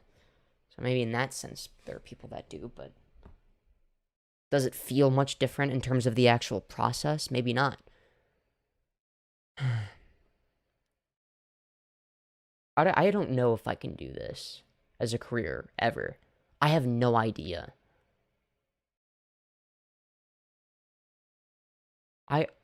I'm somebody that's constantly terrified of what my future will be. Well, what is my fate, I guess you could say, though. That sounds dramatic. It's like, it seems so fucking depressing no matter what way I look at it. It's like, I don't think I can do this. First I was like, yeah, I can do it. And my channel was growing exponentially. It's like, I don't know why I don't know how I fucked this up so bad. It's like I'm the biggest fuck up ever. I swear to God. You're in school now, get a degree, mate. See, but that's the thing, is like, all of that stuff is fucking torture to me. I hate all of it. I hate it. I hate it. So for me, it's like all of it is on the side. I'm not even focused on anything anymore. It's like, if I do this on the side, it's even less likely to take off. It's even more likely that I'm never fucking satisfied in life. And it's like, holy shit, what the fuck do I do? Get disability for autism? I don't think I have enough autism to do that. Because I don't know. Is that something you can do regardless of how high functioning you are? Like, there's nothing I can see in the foreseeable future. There's nothing for me. There's literally fucking nothing. And that's fucking terrifying. So if anyone's wanted to know why I'm so terminally online, that's why. That's the real reason. I'm fucking terrified of whatever the fucking alternative is. At least if I was successful on YouTube, I would have some level of fulfillment. I'd be able to do more stuff. I'd have more creative freedom. Because the algorithm is it's not entirely, no, it is skill-based, alright? Some of it's random, but a lot of it is skill-based, okay? I fucking hate this idea of, oh yeah, no, it's just random. It's like, okay, some of it is, on like a video-by-video basis, like a case-by-case basis, maybe. But like, a channel as a whole, in terms of its growth, nah. It's not luck-based, okay? The people that watch, you know, content on YouTube are ultimately, in some sense, based on how they engage with it, how much, you know, they watch, the percentage of watch time they're willing to give, etc. You know, that's ultimately what determines who's successful, not luck. It's not just luck. It's that I don't know what the fuck I'm doing. That's what it really boils down to. It's not that I'm unlucky, right? I could sit here and not take any accountability and be like, my channel isn't growing because YouTube is bad. I could say that. Maybe there's some truth to it. But at the end of the day, the real reason is because I'm not good enough at what I do. That's why. I don't know what the fuck I'm doing. I don't know how to be successful. That's why. I know, in theory, like I have a good understanding in theory of how to be successful. And I can give good advice. But I can't do it for myself. I can't do it for myself.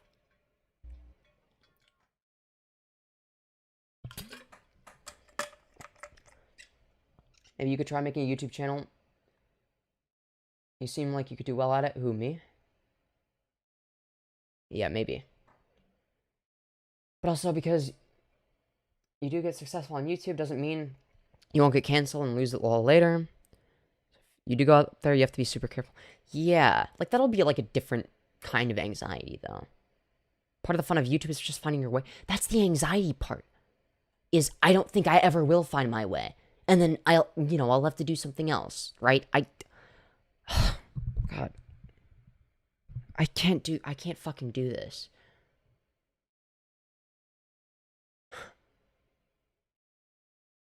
I don't know. Do I just quit? I genuinely don't fucking know.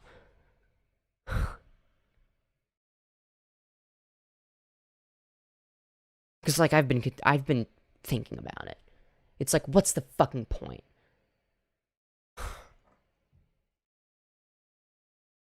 Like, if it's all just gonna cause me stress, and regardless of whether or not, you know, I'm in the right or the wrong in most controversies I'm in, right?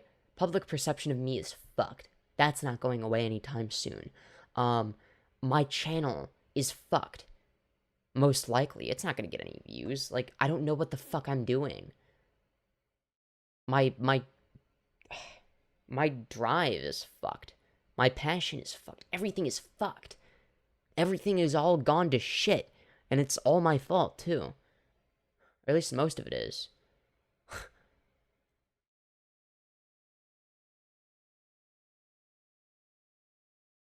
I don't know.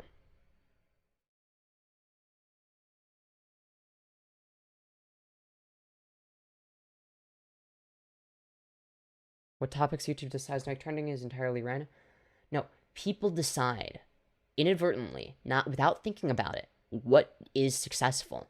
Every time you watch a stream or a video, you are making a tiny contribution in a sense. You are making it ever so slightly more likely to get recommended to another person. It is determined by the people. Whether you realize it or not, that is ultimately who decides, without even thinking about it. You don't actively think about it. But that is how the YouTube algorithm works. It's not luck-based. It is skill-based, alright? The reason I'm not successful is because I'm not good enough. There's something I'm doing wrong. Maybe there's multiple things I'm doing wrong. I don't know what it is, though.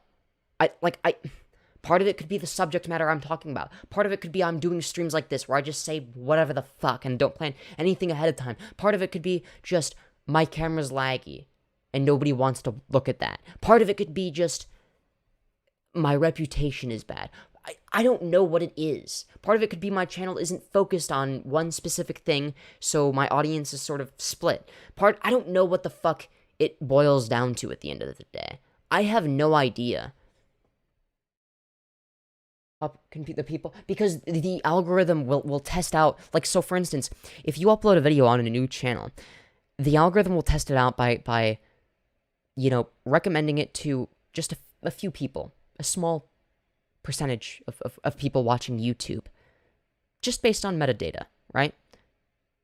And based on how that small sample of people interact with the video, that's going to determine whether or not it recommends it to more people, right? That's how it works. When that small sample of people that see the video first have so much influence over the success of it. That's one of the reasons why larger content creators are more likely to get more views. It's not because them having higher subscriber counts, you know, makes their videos get recommended more.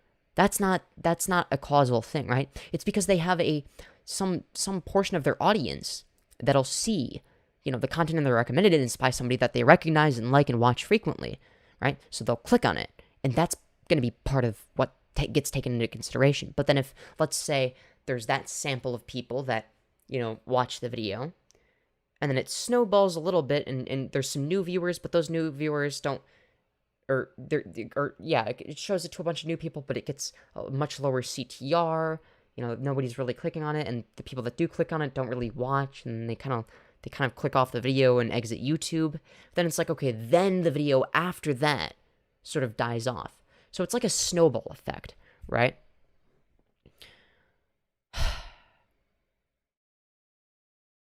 So it is, to an extent.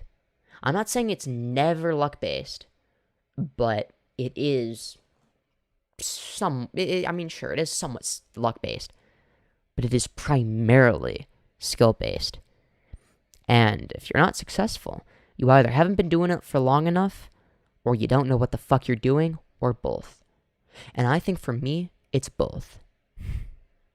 I don't think I've put enough video form content. Yeah, I don't think I've put enough content out there in the form of videos. I don't think I've done a good enough job at being consistent in the style of content, even with the streams. I mean, sure, it's great to experiment and all, but that only gets you so far, right? There's a reason why my first video got 22,000 views, because that was the only video for a while, right? So my entire channel was just a femboy channel, right? But then I started talking about, then I started getting a little bit into, comedy, right? Roasting femboy haters, basically. People that hate femboys, me roasting them and being petty, but in a way that's funny. And then I do live streams, and then I do debate and talk about politics. Then I get into YouTube drama with the commentary community. Then I also do a little series on the side where I play Minecraft. And all of this is happening on the same channel. And I wonder why it dies. Maybe that's why. Maybe that's why. Because it's fucking incoherent. Right? Because I'm giving the YouTube algorithm mixed signals. That's not the algorithm's fault. The algorithm didn't point a gun at my head and force me to give it mixed signals so that it doesn't know who to recommend my content to. Right? I built my entire channel on targeting search and trending topics. I got 300k subs. Yeah. That's the thing. Do you do that on your second channel at all? Like, do you target search? Or are you trying to do something a little bit differently? You rode the algorithm, you saw what it was recommending and played into it? Yeah, understanding how the algorithm works is also a skill. That's not luck, right? Not really? Interesting. That's the thing, is people that only look at trending topics are not going to be long-term viewers. I'm trying to grow more of a community-based, less clickbaity type audience now. Yeah, I get what you mean. I'm trying to do the same thing. I'm trying to build a loyal community that's large, right? I have a loyal community that's small, so I'm part of the way there, right? But it's like, okay, if my channel is dying more than it's growing, it's like, holy shit. It's like my sub growth has completely fucking plateaued. My, the whatever. My streams are getting less viewers. It's like, holy shit, people were making fun of me before because I was getting under 20 concurrents. It's like, now I'm under 10. It's like, holy shit. This is like worse than like I'm doing, it's like, is my content getting worse? Am I doing something wrong? I don't know what oh god. Maybe it's because I'm complaining too much. You say it's skill, but by and large, the algorithm is what ultimately okay, but how you can use the algorithm to your advantage, and ultimately, what people choose to watch is what has the biggest impact on the algorithm. That is how it works. Okay? When Mr. Beast's next video blows the fuck up, that's not by accident. That's not luck. He doesn't get lucky whenever he gets a video that gets over 100 million views, because that's most of his content now. Is like at least over 50 million per video. Like, that's not luck, okay? That's skill. Now, part of it is production value, right? But that's because that's what a lot of people choose to watch. It gets a high CTR. It gets high audience retention, and that's why it's successful. It took me like 5 years to go from 1K to 10K. In less than a year to get to 100K. Man, that makes me feel a tiny bit better, but it's like, holy shit, I feel like my channel's fucking dead. Should I just end the stream? I feel like I'm being too annoying. This is not entertaining, is it? The rest of the comment? Wait. You can still ride trends and get nothing out of it? Well, yeah. But that's gonna depend on the quality of your content, too. It's not as luck-based as you think. I mean, sure, the algorithm works in mysterious ways, but you have some idea, right? you have some idea of what you need to do. For every Mr. Beast, there are hundreds of thousands trying to do the same thing he's doing now. Well, that's because they don't have the time, money, or resources to do it. And because people are less likely to want to watch it because it's not original, right? So if somebody's copying Mr. Beast, no one's going to give a shit. Why would they watch the Mr. Beast clone when they could just watch Mr. Beast? That's why. Not even quality. Well, quality is part of it. But ultimately, you know, people don't always choose to watch whatever's the highest quality. Hit 1 mil subs in his videos, have minimal editing. Okay, I'm not saying you have to make the masterpiece videos to be successful. All I am saying is that that plays a factor, right? That plays into it as a big factor, right? That is something that matters in a lot of instances, right? It ultimately boils down to what people decide they want to watch. That is what it means. It's the same, like, people are like, well, it's luck-based because Moist Critical is successful and he doesn't edit. No, but people are there for his personality, right? People are there for his dry sense of humor. It's not because he makes the best content. It's because people choose to watch his content. It's because even though he makes a shit title and thumbnail, when people see a video from him specifically, they click on it. So it increases the CTR. They watch all the way through. He does have the distinct advantage of having his name out there, right? In a good way. Not the same way I do. Can make up for lack of personality with editing. Mr. Beast even said that that's why he chose the editing route.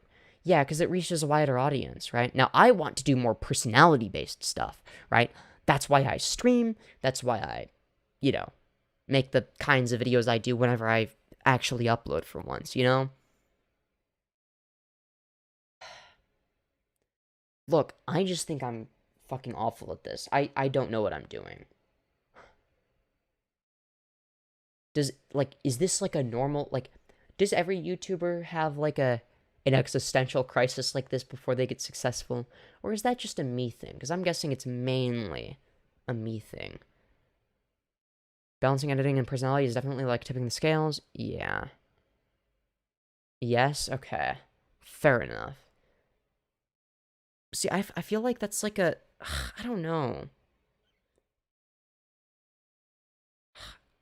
Look, the fact that, like, I'm already, like, schizo posting today and spurting out because my channel isn't doing well enough or whatever the fuck means, okay, I probably haven't changed. I know I said I was, okay, I need to change, and I'm gonna do that. I'm gonna do all these things to improve, and it's like, but I'm not doing any of them. Other than being slightly less controversial. Even Amrao does this.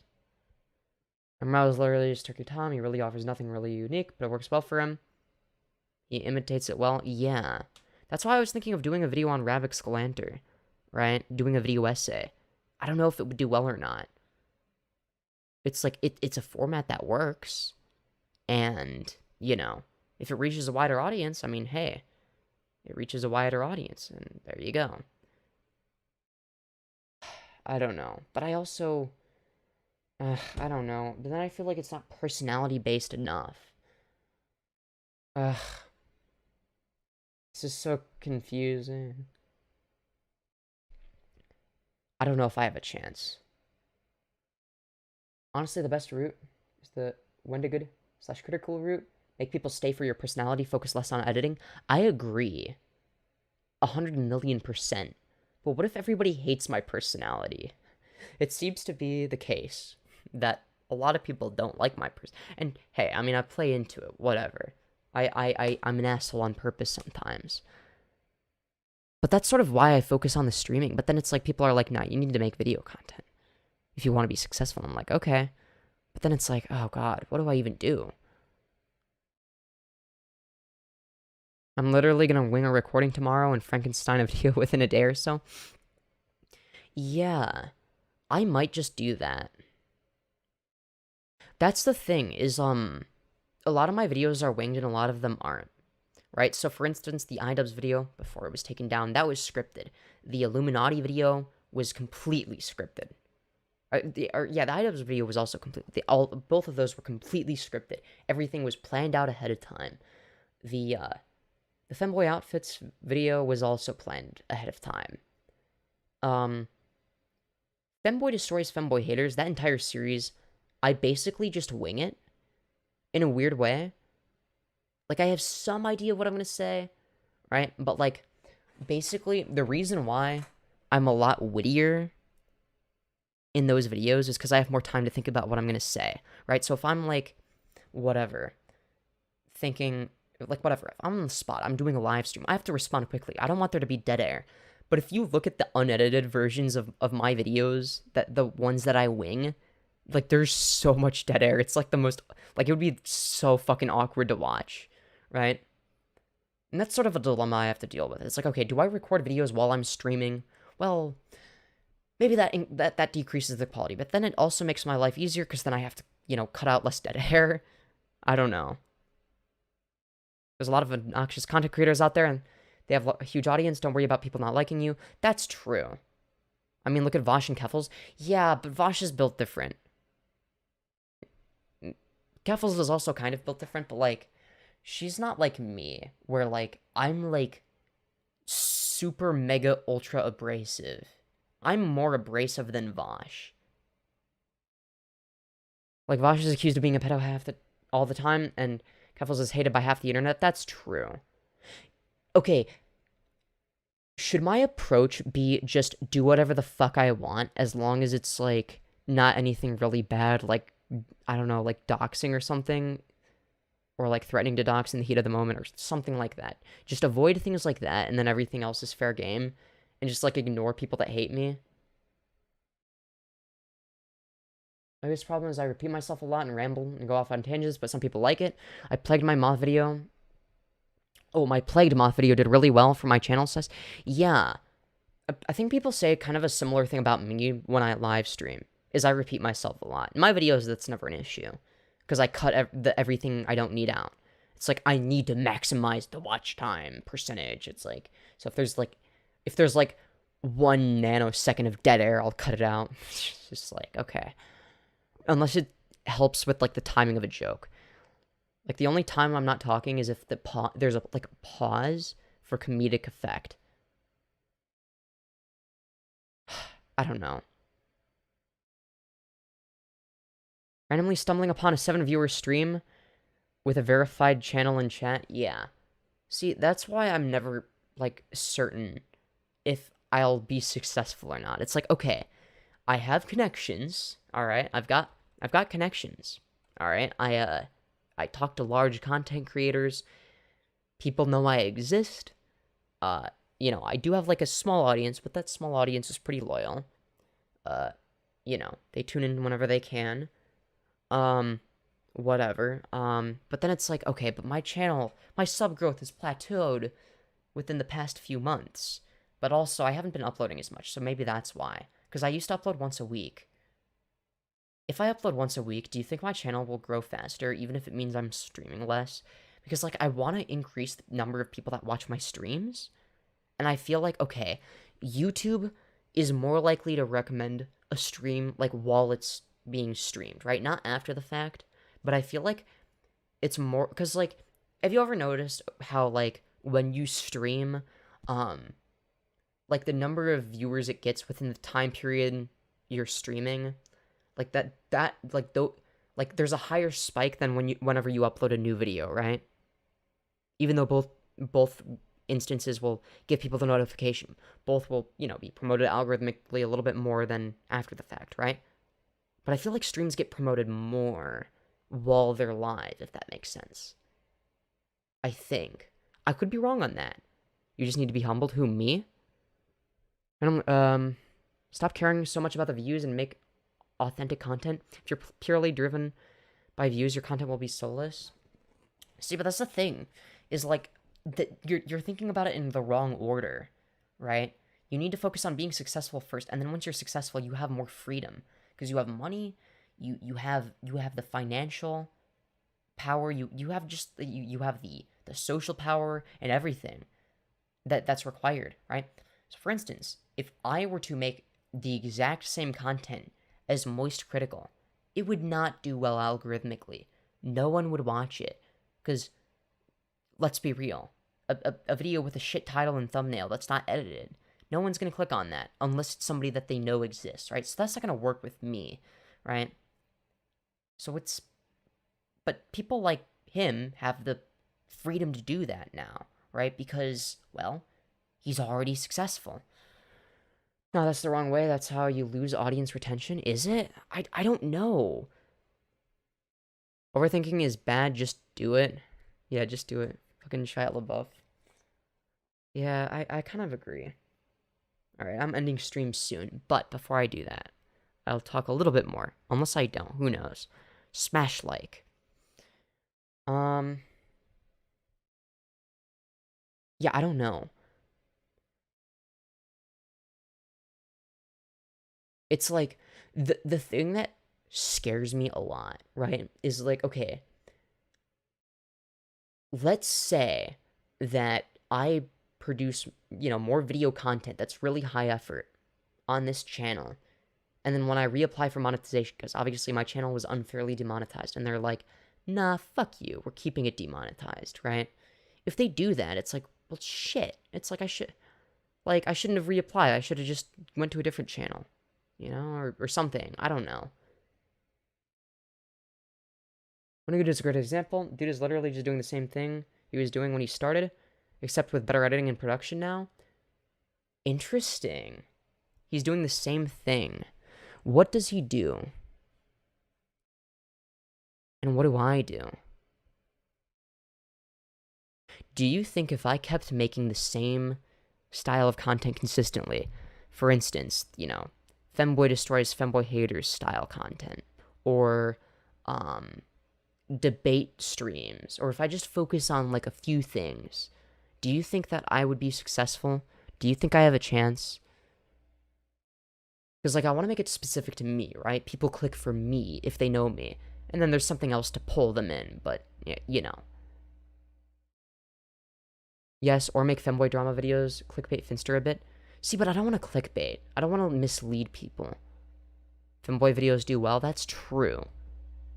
There's a niche there, that's true. I was sort of tapping into it for a bit. I don't know. Not like clickbait 100%. Yeah, but what is there to talk about? But learn how to dress like Finster or something, IDK long. Yeah, but that costs money as well. I shouldn't have to rely on that, right? The history of... Yeah, maybe a video essay. I've been thinking about doing video essays on, Minecraft shit, and, maybe... Yeah, maybe Finster. I could add that to the list of things to talk about. I thought about doing a video essay about, how commentary and politics are intertwined, since my channel sort of covers both niches at this point. My channel is more... Okay, no, if I'm gonna be honest, my channel feels more like a commentary channel now, which is weird. I'm becoming the thing that I become the very thing I swore to destroy. Goddamn. I did 2 drama streams in a row. I haven't talked about politics. Same time, you'll get a bunch of horny old men watching you in a stream. Okay, but I like being degraded. If I just pretend like they're not horny old men, if I pretend like they're goth mommy doms, then it's all better.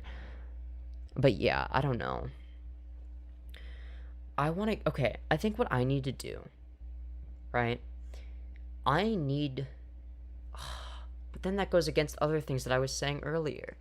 I want most of my content, if not all of it, to have my face in the thumbnail, if nothing else.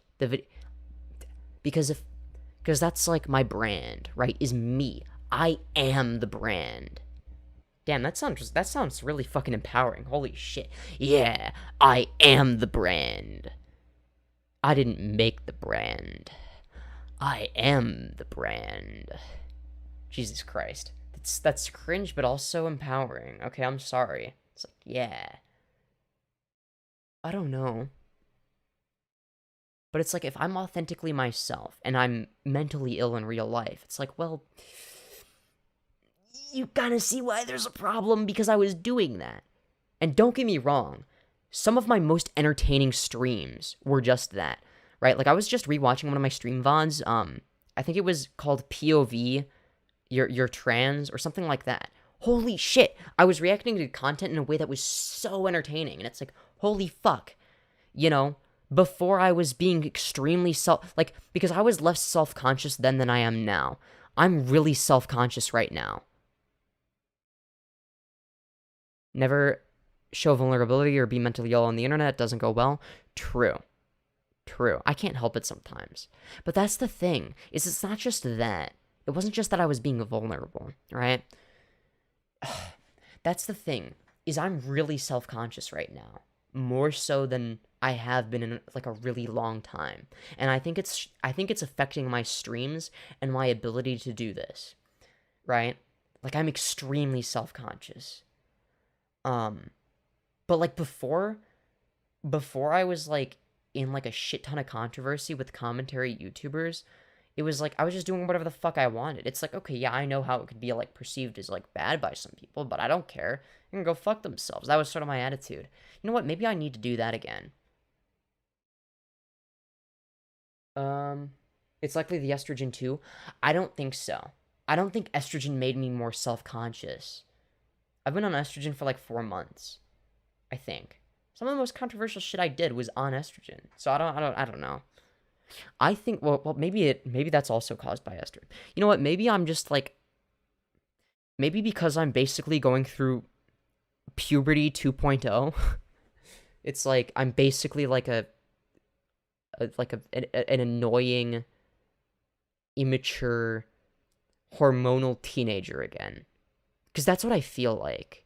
I feel like I did when I was in like 8th grade. Or earlier. Like 7th, 8th grade. That age range. Maybe it didn't make you self-conscious, but it did throw off your chemical... Yeah, I'm guessing what happened is I'm hormonal as fuck. Alright? My hormones are all fucky, okay? Because I'm taking hormones. I'm taking HRT, right? So obviously, if you're going through another puberty, right? You're going through a second puberty. It's going to be like, you're going to act like you did when you hit your first one, most likely. Except slightly more intelligent, but still, right? Or you're going to feel the same way. Not the same way, but like, I don't know how to describe it. It's the same but different. For me, the last year on HRT has felt like me repeating my teen puberty years all over again, and I ended up going through the same bad habits and dealing with emotional regular. Yeah. Like, I was... Holy shit. You're so right.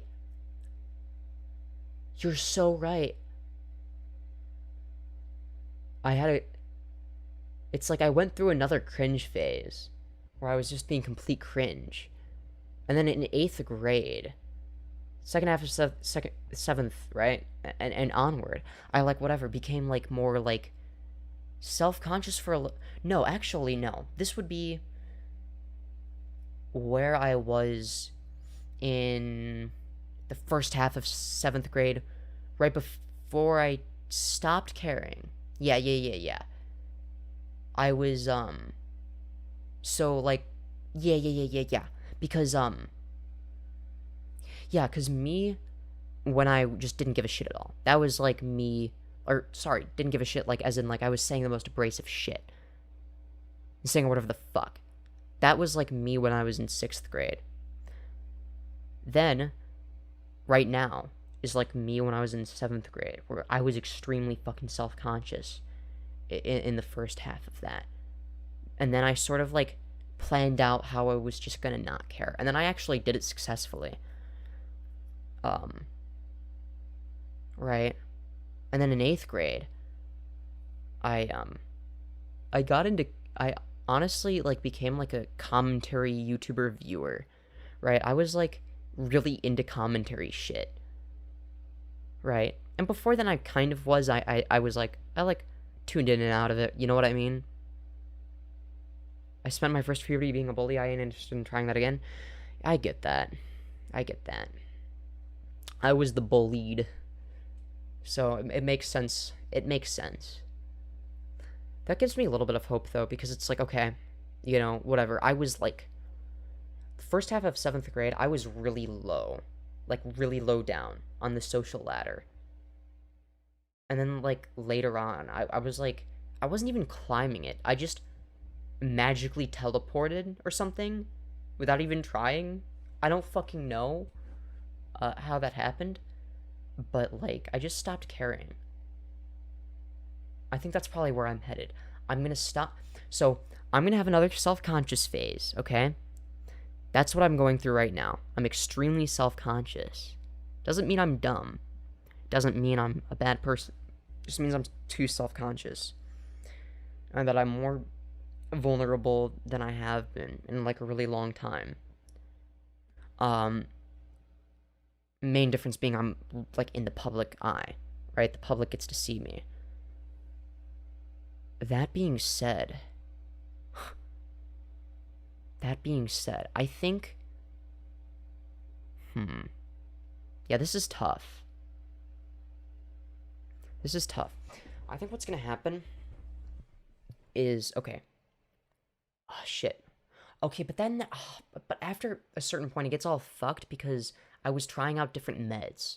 So I don't think I'm gonna have, like, another sociopath phase where you think you're a sociopath, basically, when you're not. Every fucking edgy teenager has it, at least once. I swear to God. I was one of, oh my God. I was one of those people. Oh yeah, I don't have emotions. Fuck off. You're just being repressive. Either way, yeah, I don't know.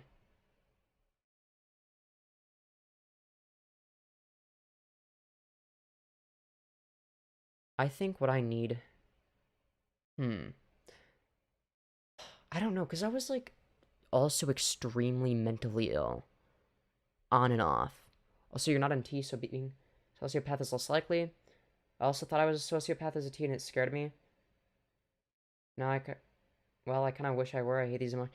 No, I get that. I thought I was, but, like, part of it was I was on Prozac. And that made me a fucking evil person. I don't think that that's gonna happen again.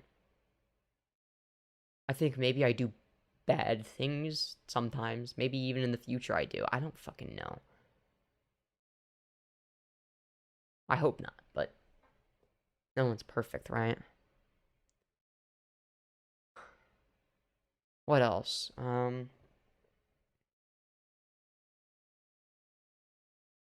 Yeah, because I was, because in 6th grade, I specifically remember, like, I distinctly remember, I was, like, loud, high energy, and, yeah, etc.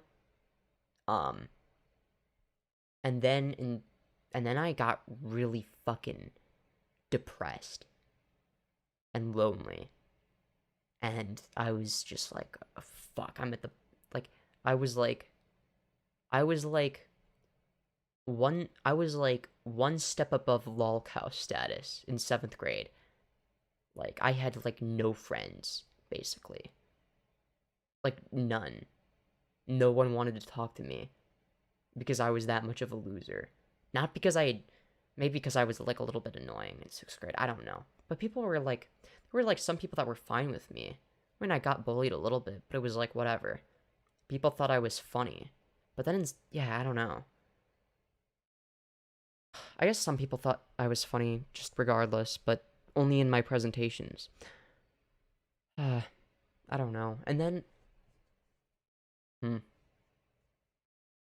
yeah, I don't know. And then after that, part of it might have been I had just gotten on Adderall, you know, at, like, the start of 8th grade, basically. I became, like, more high energy again. But, like, in a different, like, like, in, like, an autism, like, I had, like, this weird, like, autistic demeanor / sense of humor, but in a way that, like, everybody loved. It was just so, I don't know. But I specifically remember, you know, someone was, like, talking to me. And he's like, how do you deliver jokes so well? How is everything you say so fucking fun? It's like, I feel like I've lost that because I'm just, not because I'm like bad at comedy, but because I'm just depressed and I'm not in that same mental state. If I was in that mental state, I would still have the creative ability to do that. I'm just not. I'm not in that state. Hell, even the absurdist comedy stuff is gonna be, like, if I go back into that, that's gonna be difficult. Because again, I don't have the right mental state for it. It's like when I played a character, I couldn't help myself from attaching myself to it. Even though it wasn't me, it was like an extension of myself. It was like a character that I cared about, like as if it was like a real person almost. It's like a mentally insane person that's real, almost. I wonder if it's just an exaggerated extension of myself. Adderall in 8th grade is fat as fuck. Never found the people to help me get there, so I just dealt with my shit. Yeah. I don't know. It's a weird thing. But at the end of the day, like, I guess before I end stream, maybe I play, like, one example from, like, an old video on the old channel of, like, the type of energy I used to have.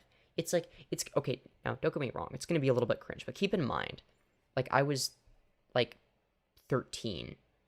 I was a middle schooler, right? So, for my age, I was good. Hard to take you seriously when you look the way you are, no offense, none taken. I understand. That's another reason I might want to go into comedy. I've never been one to... I don't always want to take everything seriously. But, oh wow, you got the old profile picture. That's what I used to look like. Alright. Like,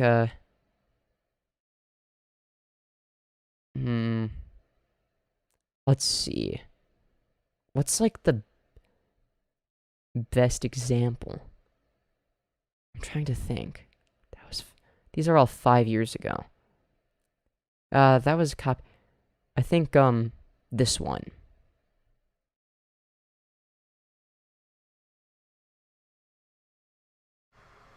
Hello, everybody. Welcome back to the show. Today we're going to be talking about Jake Paul and Team 10. So I decided to contribute to Team... Oh god, I forgot about the ear rape. Team 10 and join it. I'm going to make a lot of changes to this amazing quality, not quality team. So right off the bat, we're renaming it to Team 69. Second off, I changed the contract so I make all the money. Jake Paul is now officially a fidget spinner channel. See, it's nothing without fidget spinners. Jake Paul plus fidget spinners, double the views. We have Nick Crompton too, because for all the meme lords out there who are like, England is my city, like myself, my views average around like 50.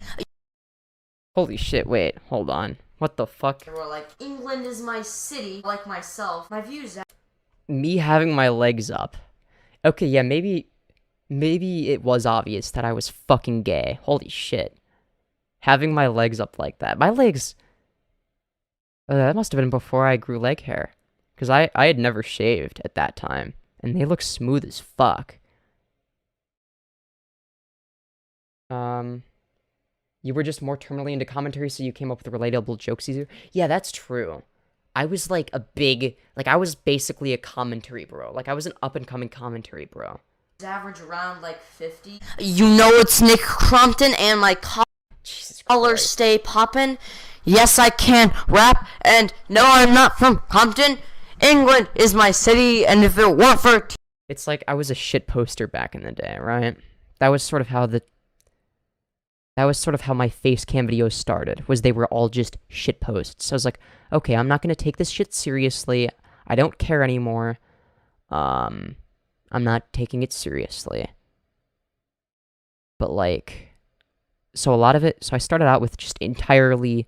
satirical, and then the occasional school project. What the fuck is this? I forgot.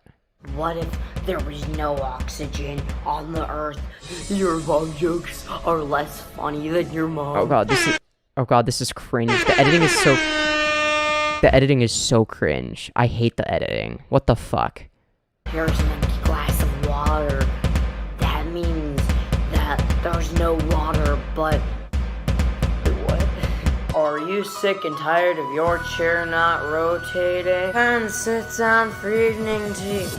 Oh no, my chair doesn't rotate. Hell, what do? Introducing the new spinning chair. Cause you know, those sweet mid-roll ads. I just realized that I realized nothing. If my voice sounds like, I don't know, complete utter shit to you, it's probably cause I'm not feeling well at the moment. I think it's important for me to upload at least. Did I just hear something? What did I just hear? I'm schizophrenic. The content you consume is the content you put out. That's true. That's really true.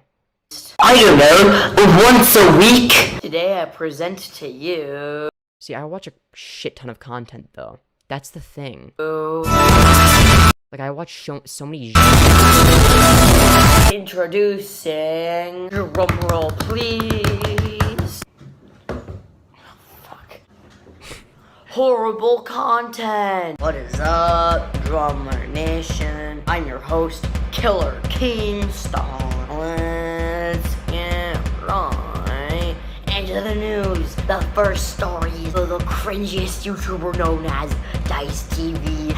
Oh yeah, my name was Dice TV back then. Has had a very bad sickness. One where his voice cracks even more than usual. Holy guacamole. See, that's what I mean. It's like, okay, it's kind of cringe, but it's like, there's like this autistic, there's some element of autistic riz. You know what I mean? It's cringe, but there's autistic riz behind it. You know what I mean? It's like, there's something likable about it. And it's like, I feel like I'm too miserable of a person to do that still. Actually, no. Sometimes I'm likable. Sometimes I'm just like the worst fucking person ever. I don't know. But like even back then, I was like, whatever. What else is there? I guess. Or like, for instance, this is a masterpiece. Oh wait, I think I watched this on a stream before. Like, but you know what? We'll watch it anyway.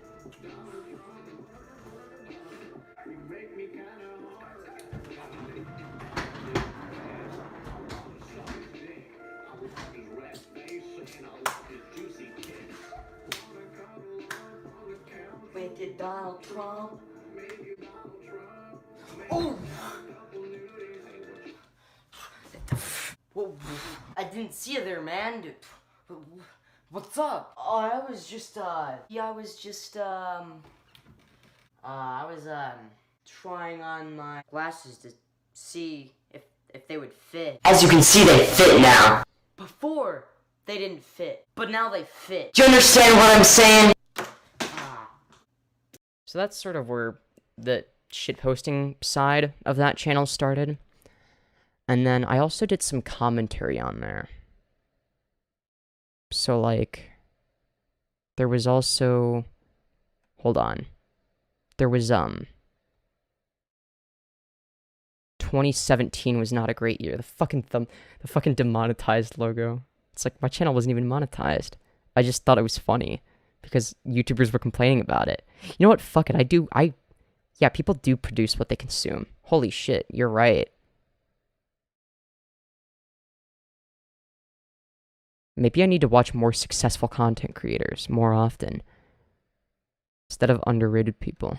Happy New Year's, everybody. So I'm just gonna hold my mic like this, cause why not? Sometimes it might be my hair was so short back over then. here. 2018, what's it gonna be like? What's on your New Year's list? Is Rice Gum still gonna be relevant? I don't remember if he was in 2018, but he sure as hell is irrelevant now. Holy shit. Today is a great... That aged well, actually. unironically. Day to go over the disaster we call 2017. Let's start off with the revival of dead memes. The Oh no. ones that should never be revived. Jeep Pie doing the Harlem Shake in 2017. I feel like if that happened today, there would be like so many layers of irony when people discuss it. Like I wouldn't even know what the fuck is going on. Like it's just like there would be like so many layers. It's like joking. It would be like the joke would be that it's a shitty joke that's like ironically finding it funny, and then the joke is oh god. It would be shit. It would be so bad. To be honest, 2017 was okay, not horrible. Considering the fact we're on Earth, every year's horrible. To be fair, 2016 was a lot worse. Everyone says that 2016 is the best year. But it's like, right after 2016, was anyone saying that? No. Everyone said 2016 was fucking awful. It's like people look back at it though with like the nostalgia goggles and rose-tinted glasses. They're like, but that's when Leafy is here uploaded. Yeah, you're remembering the one thing you liked. If the best thing you remember from 2016 was watching Leafy videos, it's not a good fucking year. I feel like 2018 will be better, but nonetheless a fucking disaster. One thing I would like to point out is, over the summer, the rise of Jake Paul. I think that's one of the saddest things that happened in 2017. Nick Crompton calls England a city for a person who made false allegations, saying that another big YouTuber, FaZe Banks, assaulted his assistant. There ended up being physical evidence that it was fake. FaZe Banks You just know this is what every commentary channel was talking about. ended up going to the Verizon store for somebody that made false allegations towards another big YouTuber. He sure does have a fuck ton of subs. We also have Rice Scum and KSI. I don't even need to explain why it was a disaster. Oh, what else happened in I forgot. Why was it a disaster? That aged poorly. I don't the remember. disaster known as 2017? You know, there were a few things that sort of resurfaced, I think. I'd say it's school. I kind of looked like pyrocynical back then. People used to say that, and I'm like, really? But now looking at it, it's like, yeah. I did look like the kid version of Pyro. Fucking disaster. 7th and 8th grade. 2 complete disasters. Bunch of people regurgitating the same memes over and over again. You do Jake Paul, bro? That is true. Alright, children of America. I was like an aspiring comedian at the time, and it's like people being unfunny kind of set me off a little bit. It's like, fuck you. But I wouldn't say that. I would just make jokes. Of the world. Time to be more positive now. Let's look at the things that went right in 2017 as a whole. In order to understand the subtle yet hilarious humor displayed throughout each episode of Rick and Morty, you have to have extraordinarily... I'm literally just reciting things that I probably heard other people say in their own videos without even realizing it. I didn't realize, oh god, everything I said was so unoriginal. Holy fuck. Maybe it's like the same now. Oh god. The camera's so bad. It keeps lag spiking. That sucks. I hate when it does that. It's like, god damn. Why is it like this? Alright, let's sort the other way. Okay, Cody Coat cyberbullies Jake Paul. I remember this situation. Alright, let's see here. This is gonna be a masterpiece. Cody Coat is an evil cyberbully, everyone. Hello, everybody. Welcome back to the show. See, my character had sort of developed by then.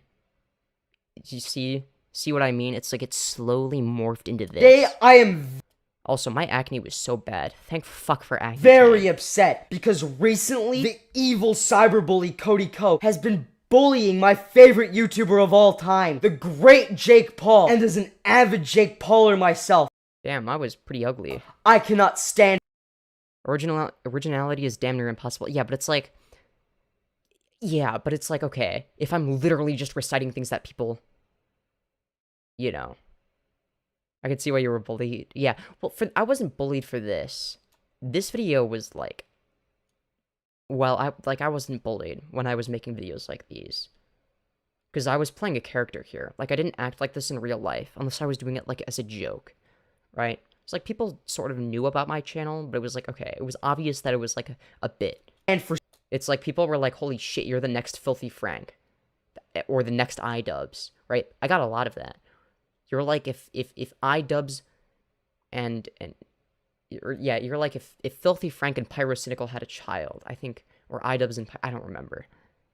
People were like, you're like every good YouTuber. It's like, yeah, those are other YouTubers I watch. Maybe such treachery. So the other day, the great Jake Paul uploaded a very heroic video about evil cyberbully Cody Ko, where Cody Ko essentially joins this podcast from a guy named Jeff, and then Jake Paul enters the room to bully Cody Ko in order to fucking Jeff, man, teach that treacherous cyberbully a lesson. I am going to confront Cody Ko in person. And Jeff called me and was like, yo, I know you and Cody Ko have had beef in the past. I thought it'd be funny if you came out and you confronted Cody in person and got his reaction on camera. We Jake Paulers are going to watch our favorite YouTuber of all time. This is the definition of I'm 13 great video. True. It was uploaded 4 years ago. So, it's a bit older than that. June 2nd, 2019. Holy fuck. So, 4 years ago. I was 15. So, no.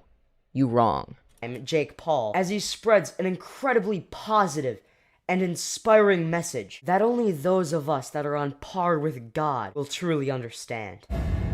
There's a douchebag named Cody Ko, and we are about to f*** his life up. Is that a good intro? Yeah, that's the best way to do an intro.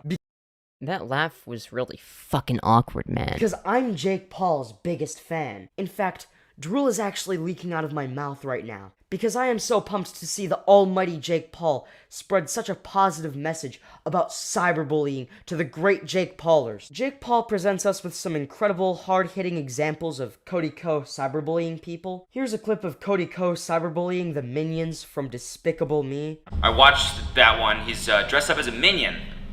I don't know who the f*** made that call. Who signed off on that? Who was like, yeah, dude, for your first single ever for the video, you should definitely dress up as the thing that everybody in America hates most. I can't imagine like being a human and having this much hatred inside. God forbid that someone says something so negative about the minions. Here's another clip of him where he shit commentary. bullies Camus powder. Just not acceptable. I'll have my daily dose of vitamins, and I'll make a couple of these health drinks.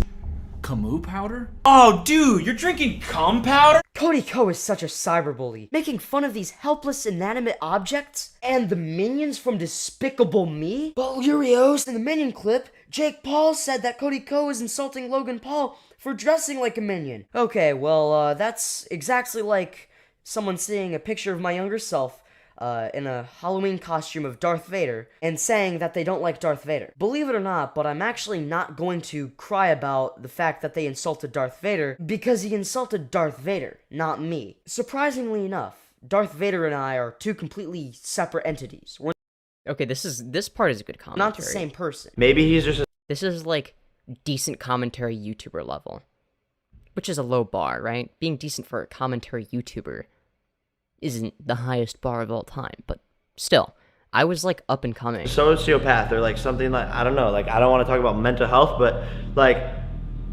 maybe he has like a mental health issue where he doesn't have empathy for other people. Nah, we're not gonna talk about mental illness today, because that would be a fucked up thing for me to do. I would never want to talk publicly about my own claim that I just made about his mental health and him allegedly being a sociopath. You know, it's just something to think about, but I wouldn't want to bring that up, because that would be a fucked up thing for me to do. I think I'm trying way too hard to sound like iDubbbz in this. Or at least in that part. It gives me...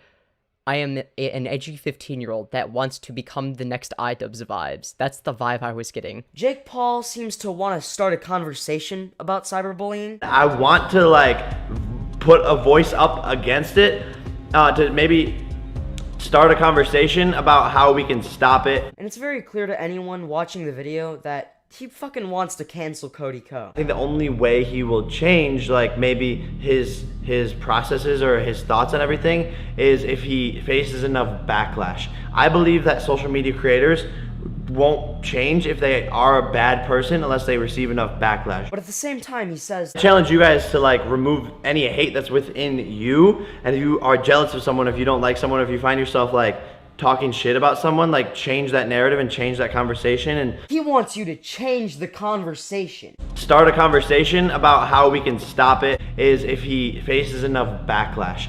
Don't be a part of just like bringing people down. If you don't like someone, if you find yourself like talking shit. The fucking editing. I think I repeated too many clips, but I think I made a good point. About someone, like change that narrative and change that conversation. Start a conversation, change that conversation. Start a conversation, change that conversation.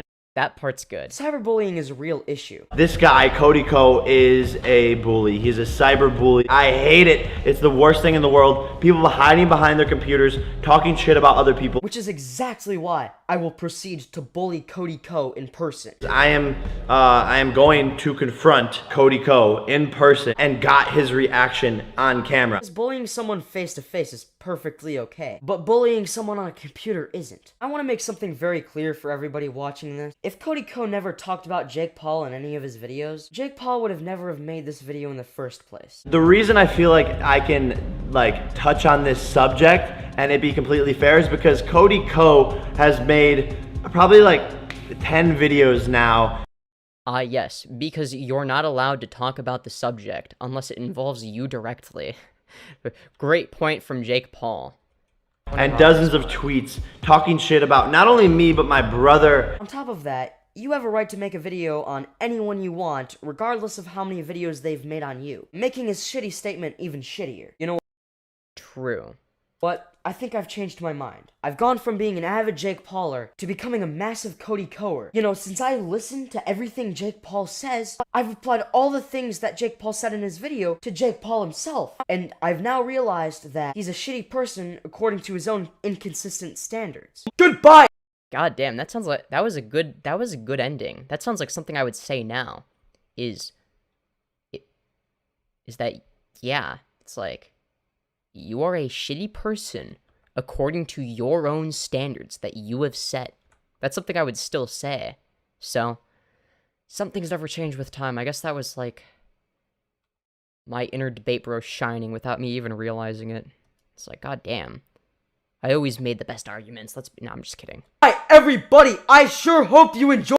It's just I hid behind many layers of irony back. Enjoyed today's amazing quality video. If you enjoyed the video, I highly recommend smashing the like button. That actually promotes my video within the YouTube algorithm. You heard him. Smash like to promote this algorithmically, cunt. That's right.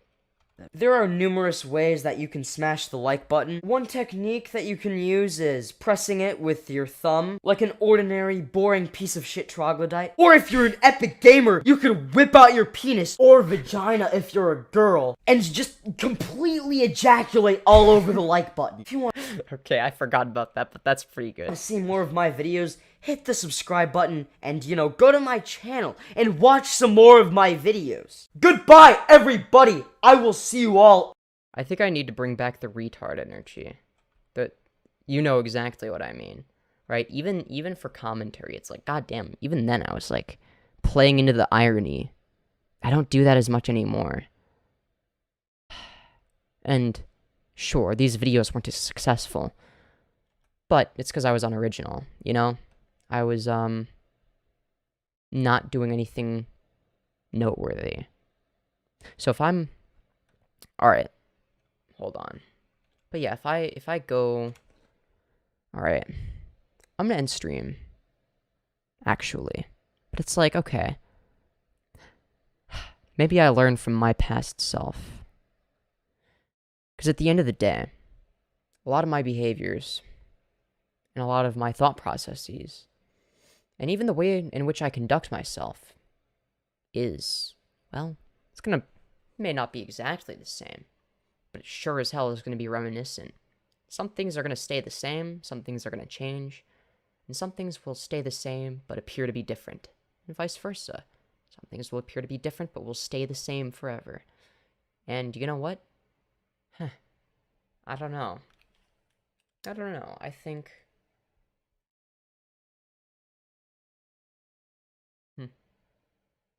I don't know.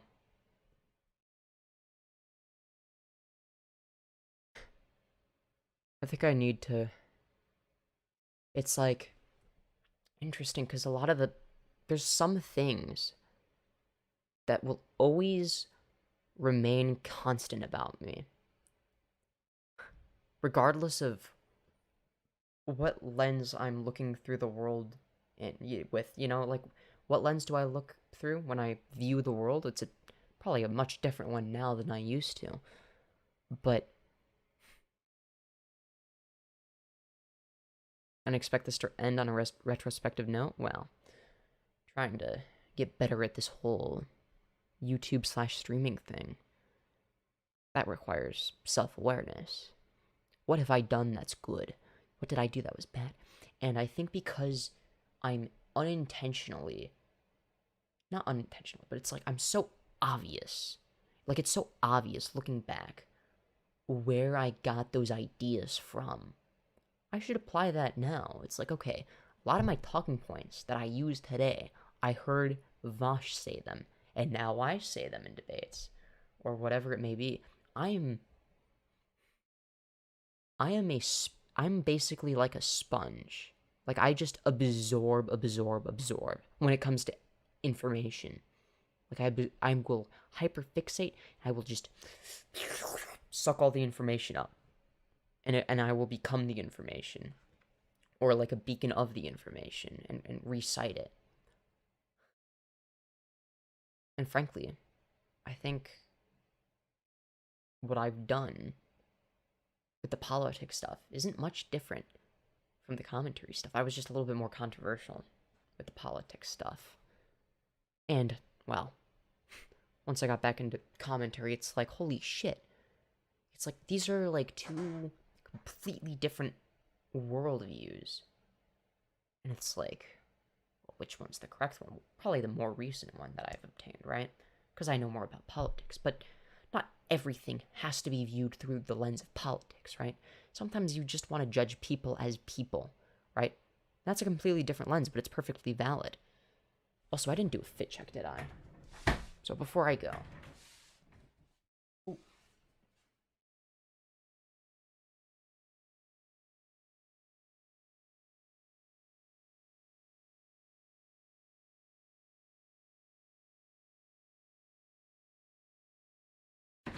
oh god, I almost tripped. I'm smart. I'm very smart, guys. I'm very smart. Okay, I'm actually, like, for real gonna end stream. Like, actually. On brand, hell yeah. No, but, like, yeah.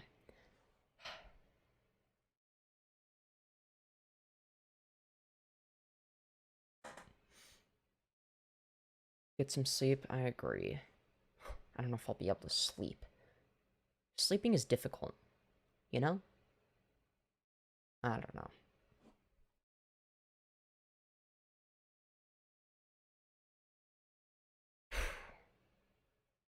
I guess...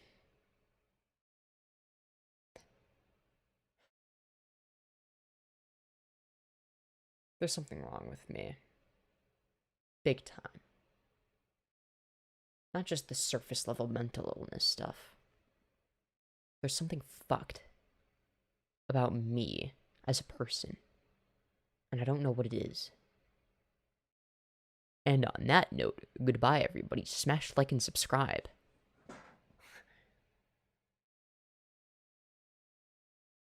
I will see you all in the next one. Unless I die in a house fire. Who knows? There's a non-zero chance. Zero chance it happens. Okay.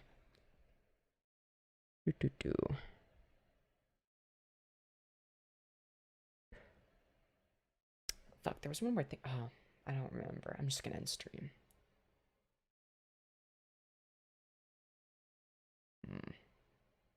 God, I feel like there's something There's something